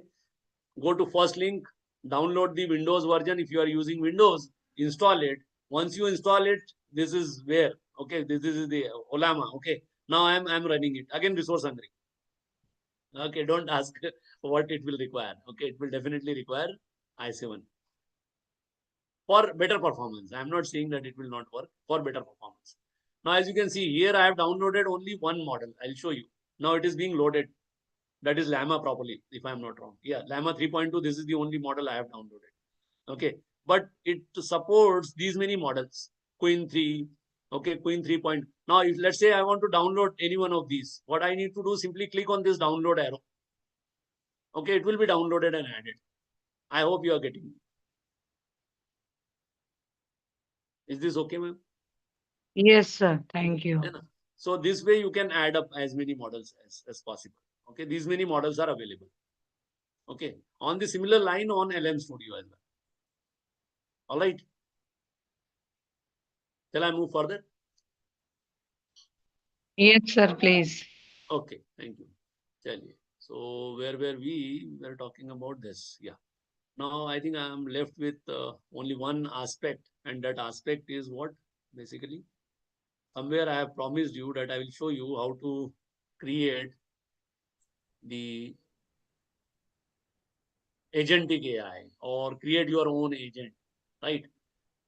So sounds interesting, right? Let's create some agents.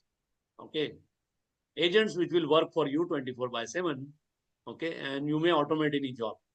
So there is a platform or a website, you may call it as a Zapier. Okay. So go to zapier.com. Go to zapier.com.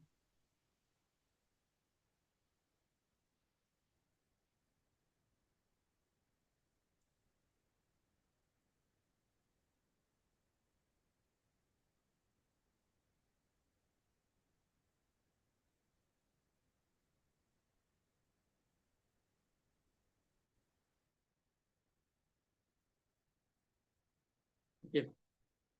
Now, if you go to Zapier, you will find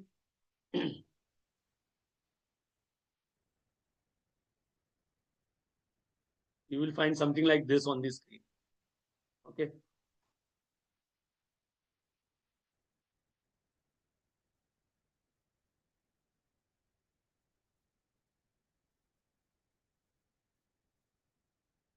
What is it? You want to create an agent.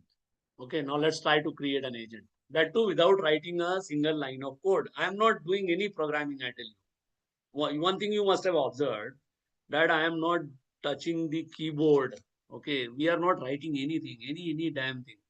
Okay, you very well know that is when it comes to computer, the very first thing comes to mind is you have to write the code. Now it is no code tool. Okay, you are not doing any coding, not at all. Okay, that is not expected. Okay, now you want to create an agent. Okay, so go to this new agent. Okay, if you are a first time user, definitely you need to sign up. Rest of the things are as it is, whatever I have shared you earlier as well. That is what you need to do is simply log in with your Gmail credential or sign up. Okay, and provide your some basic detail and create an account. Now this account I have created. Again, Zapier provides you for some minimum attempt free creation of agents. Okay, these agents, what are all these agents? These agents are something like say chatbots. Okay, or some small programs which will work for you 24/7. So you may automate any job. Say for example, I am running a MMTC. Okay, I want to create an agent which will go through my Gmail account and it should respond to the queries of the participant. Various queries regarding the participants, that is, sir, when this program is commencing, okay, and then what is the schedule, what are the timings, how to register, and whatnot. Okay, so for all that purpose, I may create an agent. Okay, how I can create an agent? Simply go to this new agent. Okay, now let's say you are completely new. If you are a little bit aware that is how to write a prompt, you may write your own prompt here.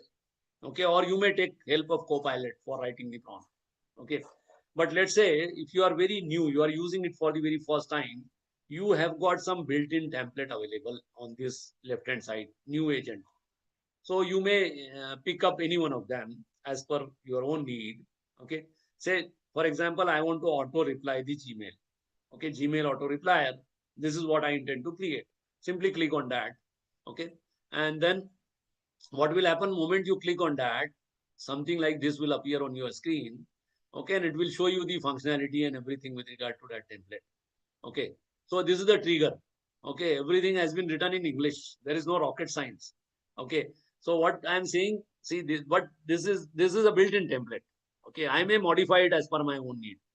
But let's say I want to use it as it is. What it is saying, the very first step is retrieve all emails currently in your email box.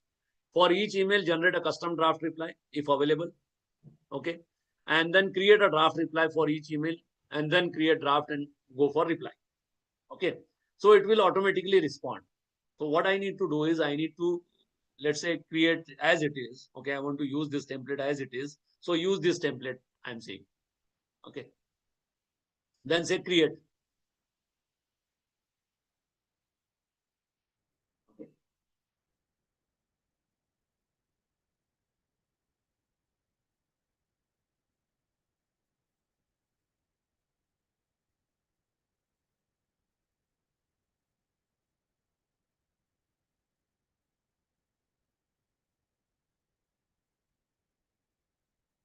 All right.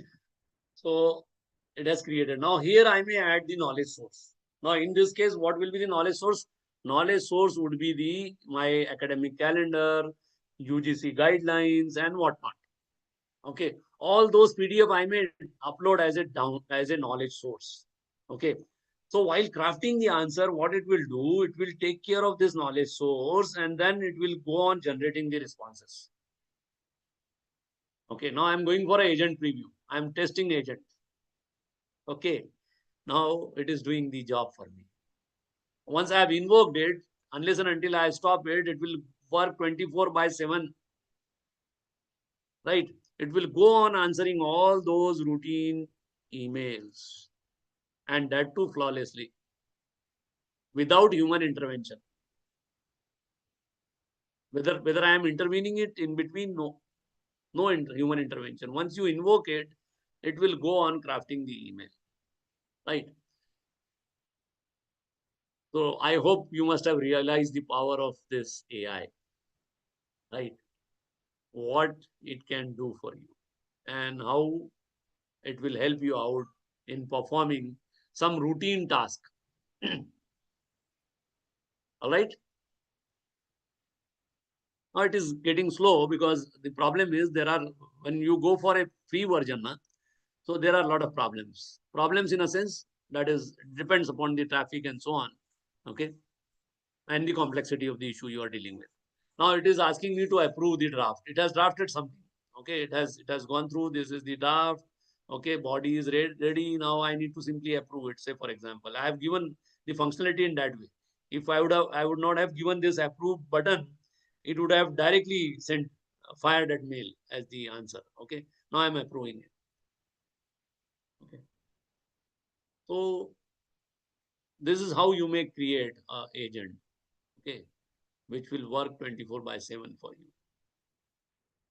Right. Okay. So this is Zapier. All right. This is Zapier.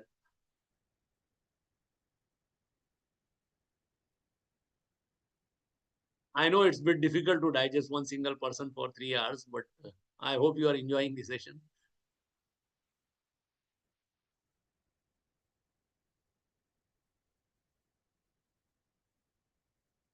All right. Anything you would like to ask, or shall I go ahead with few more tools? Yes, sir. There is one question in chat Please, box. please. Monish Chaube sir is asking, sir, please tell about DeepSeek model in LM Studio. LM Studio, DeepSeek model. Yes, sir. LM Studio, Morin sir, what you need to do is LM Studio, as I have said, that it is a framework for only free and open source model. Okay. I hope you are getting me. That is only free and open source model. And what are free and open source model which are not owned by anybody? It is a community development kind of a thing. What they call it as the FOSS philosophy. Okay. FOSS stands for FOSS, free and open source software. Okay. So under FOSS, whatever models are available, only those models can be fetched into LM Studio. I hope you are getting me. Right. So it provides you some limited models only, okay, which are available under the FOSS licensing mechanism. Okay. But if let's say if DeepSeek you said, okay, DeepSeek, if there is no FOSS version available, then it won't work there. Okay. Now how to identify which model is best suited for your application. Okay, one last probably in the platform I will show you, and how to how exactly rate them, how to rank them. Okay, all those aspects I'll show you with the help of a very fantastic platform. Okay, what they call it as the Open Router AI. Sir, it is useful in Yes, sir. demonstration. It is useful in demonstration and computational resources like algorithm, optimization, etc. mechanism. Which one, sir? Which one? Can you hear me? DeepSeek, LM Yes, yes, Studio. I got your point, sir. But DeepSeek, if any variant available in terms of FOSS, that can be only loaded. I hope you are getting me. देखिए हर चीज के दो तरह के product है sir market में. एक है आपका फ्री वर्जन, ठीक है, और एक है आपका पेड वर्जन. ठीक है. हाँ, तो अगर उसका फ्री का कोई वर्जन होगा, वही दिखाने के लिए मैं आपको ये ओपन राउटर दिखा रहा हूँ कि उसका अपन देख लेते हैं डीपसीक का कोई फ्री है क्या. ठीक है ना. तो वो चीज आप ऐड कर सकते हो एलएम स्टूडियो में, लेकिन जो कमर्शियल है वो नहीं ऐड कर पाओगे. I hope you are getting. It is also available in Gemini. Gemini, yes, yes, Okay. yes. ठीक है. अभी मैं आपको कुछ चीज दिखा रहा हूँ. अभी थोड़ा सा हो सकता है शायद इससे आपका आइडिया क्लियर हो जाए, है ना. अपन जा रहे हैं ओपन राउटर एआई पे. यहाँ पे आपको सारे मॉडल्स दिखेंगे कि भाई कौन से मॉडल्स अवेलेबल हैं, उनका रैंकिंग कैसा है. ठीक है. और उनके प्रोवाइडर्स कौन है. जैसे आपने अभी कहा ना डीपसीक, तो हम डीपसीक को देखेंगे यहाँ. ठीक है. बताइए. हाँ. तो अब यहाँ पे हम देख रहे हैं कि let's look at how many models are available first of all under this umbrella. That is openrouter.ai. How many models? 637 models. How many? 637. Right. Okay. Now let's say DeepSeek में भी आप क्या करना चाहते हैं sir? Whether you want to let's try DeepSeek. Okay. Okay. देखिए अब deep seek पे आ गए हम यहाँ पे, ओके। अब डीप सीक से आप यहाँ चैट भी कर सकते हैं। अब आप यहाँ देख रहे हैं, देखिए इसका आपको रिलीज भी बता रहा है कौन कौन से वर्जन्स हैं और इसके प्रोवाइडर्स कौन कौन है, ठीक है। देखिए डीप सीक के प्रोवाइडर्स हैं special, right, more models from deep seek, इतने और मॉडल्स हैं। अब इसमें भी आपको कौन सा मॉडल आपके लिए अच्छा है। अब देखिए इसकी इनपुट प्राइसिंग भी दे रहा है 0.40 पर टोकन होगा सर, ये मैक्स आउटपुट 65.5 के। इसका रैंकिंग आपको बताएगा यहाँ पे, अगर आप रैंकिंग में जाओगे तो it will show you the ranking of all these models, है ना। तो जैसे मैं अभी यहाँ पे देख पा रहा हूँ, आप देख रहे हो ना मिनी मैक्स, ये सारी चीजें आपको अंडर वन अम्ब्रेला दिखाएगा, ये जो डीप सीक देख रहे थे हम, राइट। सर तो फ्री वर्क, सॉरी सर, ये फ्री सॉरी, नहीं है, मैं बोला नहीं नहीं नहीं, DeepSeek. DeepSeek free नहीं है ना, क्या बोलना चाह रहे हैं सर, बोलिए।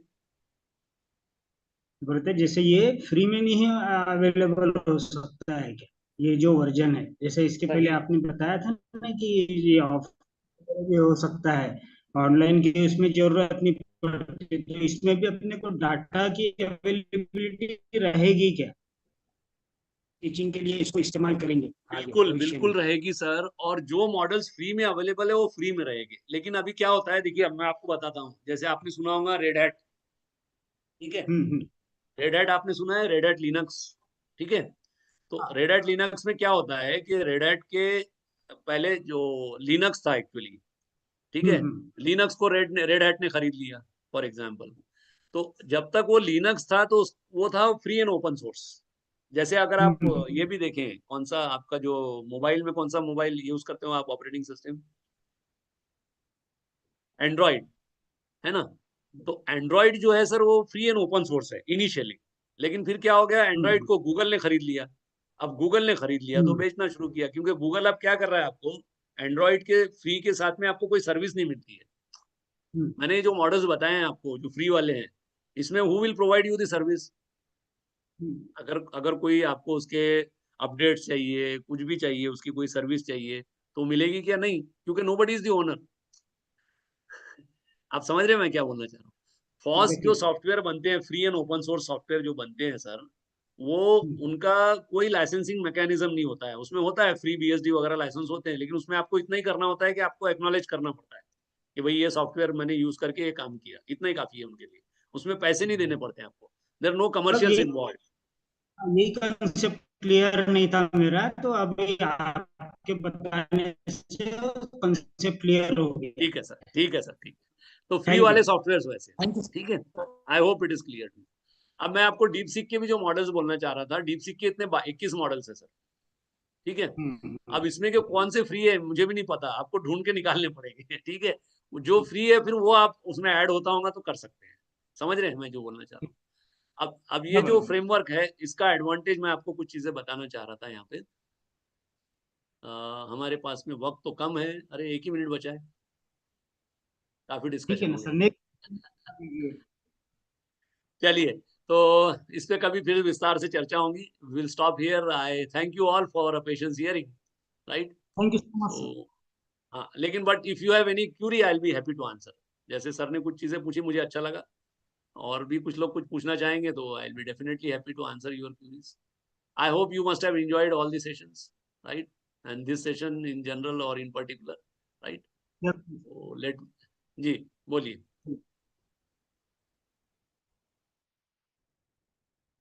कोई कुछ बहन बोलना चाह रहा है।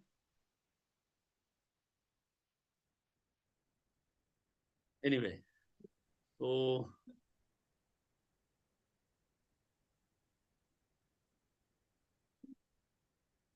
So good evening, before, everyone. If you have any question, any query, yes yes, you can put your question in chat box or you can unmute yourself and ask to respected sir. Madam, and sir, I have one query. Please As please. sir, sir, uh, can we use all these software and this websites you have told here in incognito mode? All? Hello? Not at all. Not at all. Hello. Not at all. Yeah. Not at all. Yeah. See, they provide you two versions, right? Yeah. If you look at the their, because they are all commercial organizations, they are not working for free. First of all, okay. Mhm. And the second reason why they are charging is their Mhm. training cost is tremendously high. Yeah. Somewhere I think I have forgot to mention this. Mhm. If you look at the training cost of GPT-3 or GPT-4, Yeah. it is in millions of dollars, right? Uh, Right. So it is in millions of dollars. yeah. Companies are investing millions of dollars. So definitely they have to have some revenue generation model. And Mm. that's why they are not free. Beta Yeah. version is free. Now you may say, sir, why beta version is free? Beta version इसलिए free रखा है उन्होंने कि आप थोड़े से attract हो, फिर आपको रियलाइज हुआ तो फिर आप पैसे देने के लिए भी तैयार हो। जैसे Okay. आपसे $5 मांगते हैं, $3 मांगते हैं, बाद में Mhm. एक बार आपको आदत हो गई और आपको लगने लगा कि इस पे इसके बगैर मेरा काम नहीं होगा, तो आप ले ही लेते हैं। Yeah. Yeah. ठीक है Yes, ना? sir. That is the Yes. Strategy, Yes. That is their marketing strategy. Yes. Yes. Yes, sir. Yes sir. Thank you. Thank you so much, sir. Thank you. Thank you, Swapnil Deshpande sir, for appreciating the session. Right. So, any other query? Yes, I think there is no query. Okay. Okay. Chali. Yes. So on Thank behalf you. of yes, Yeah. Yes, thank sir. you so Please. much, sir.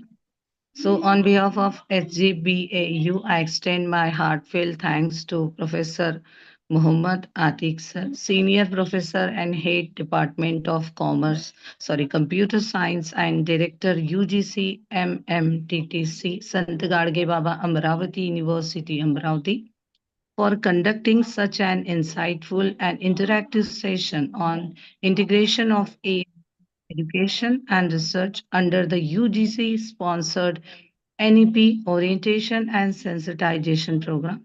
Respected Atik sir delivered a truly enriching session, beginning with the fundamentals of artificial intelligence, explaining what AI is, how AI system works, and how they are transforming the educational and research landscape.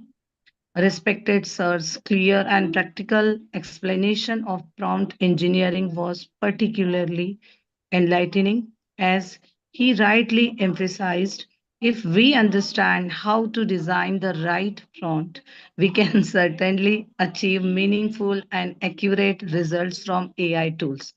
Respected sir also elaborated on the effective use of generative AI in research and guiding us on where it should be used and, more importantly, where it should not be used.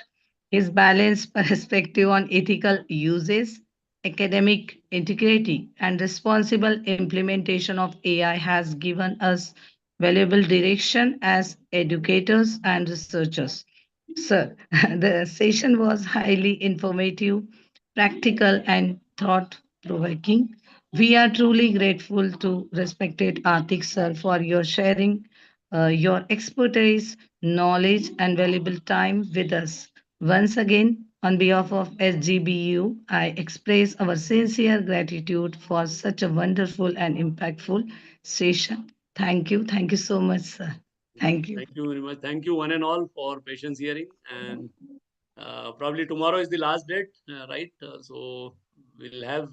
I hope you are enjoying all the sessions. Thank you, Gupta madam, particularly. You are taking a lot of pains to make it happen, right? So anyway, this is all from my end. Thank you, one and all. Right. Thank you, sir.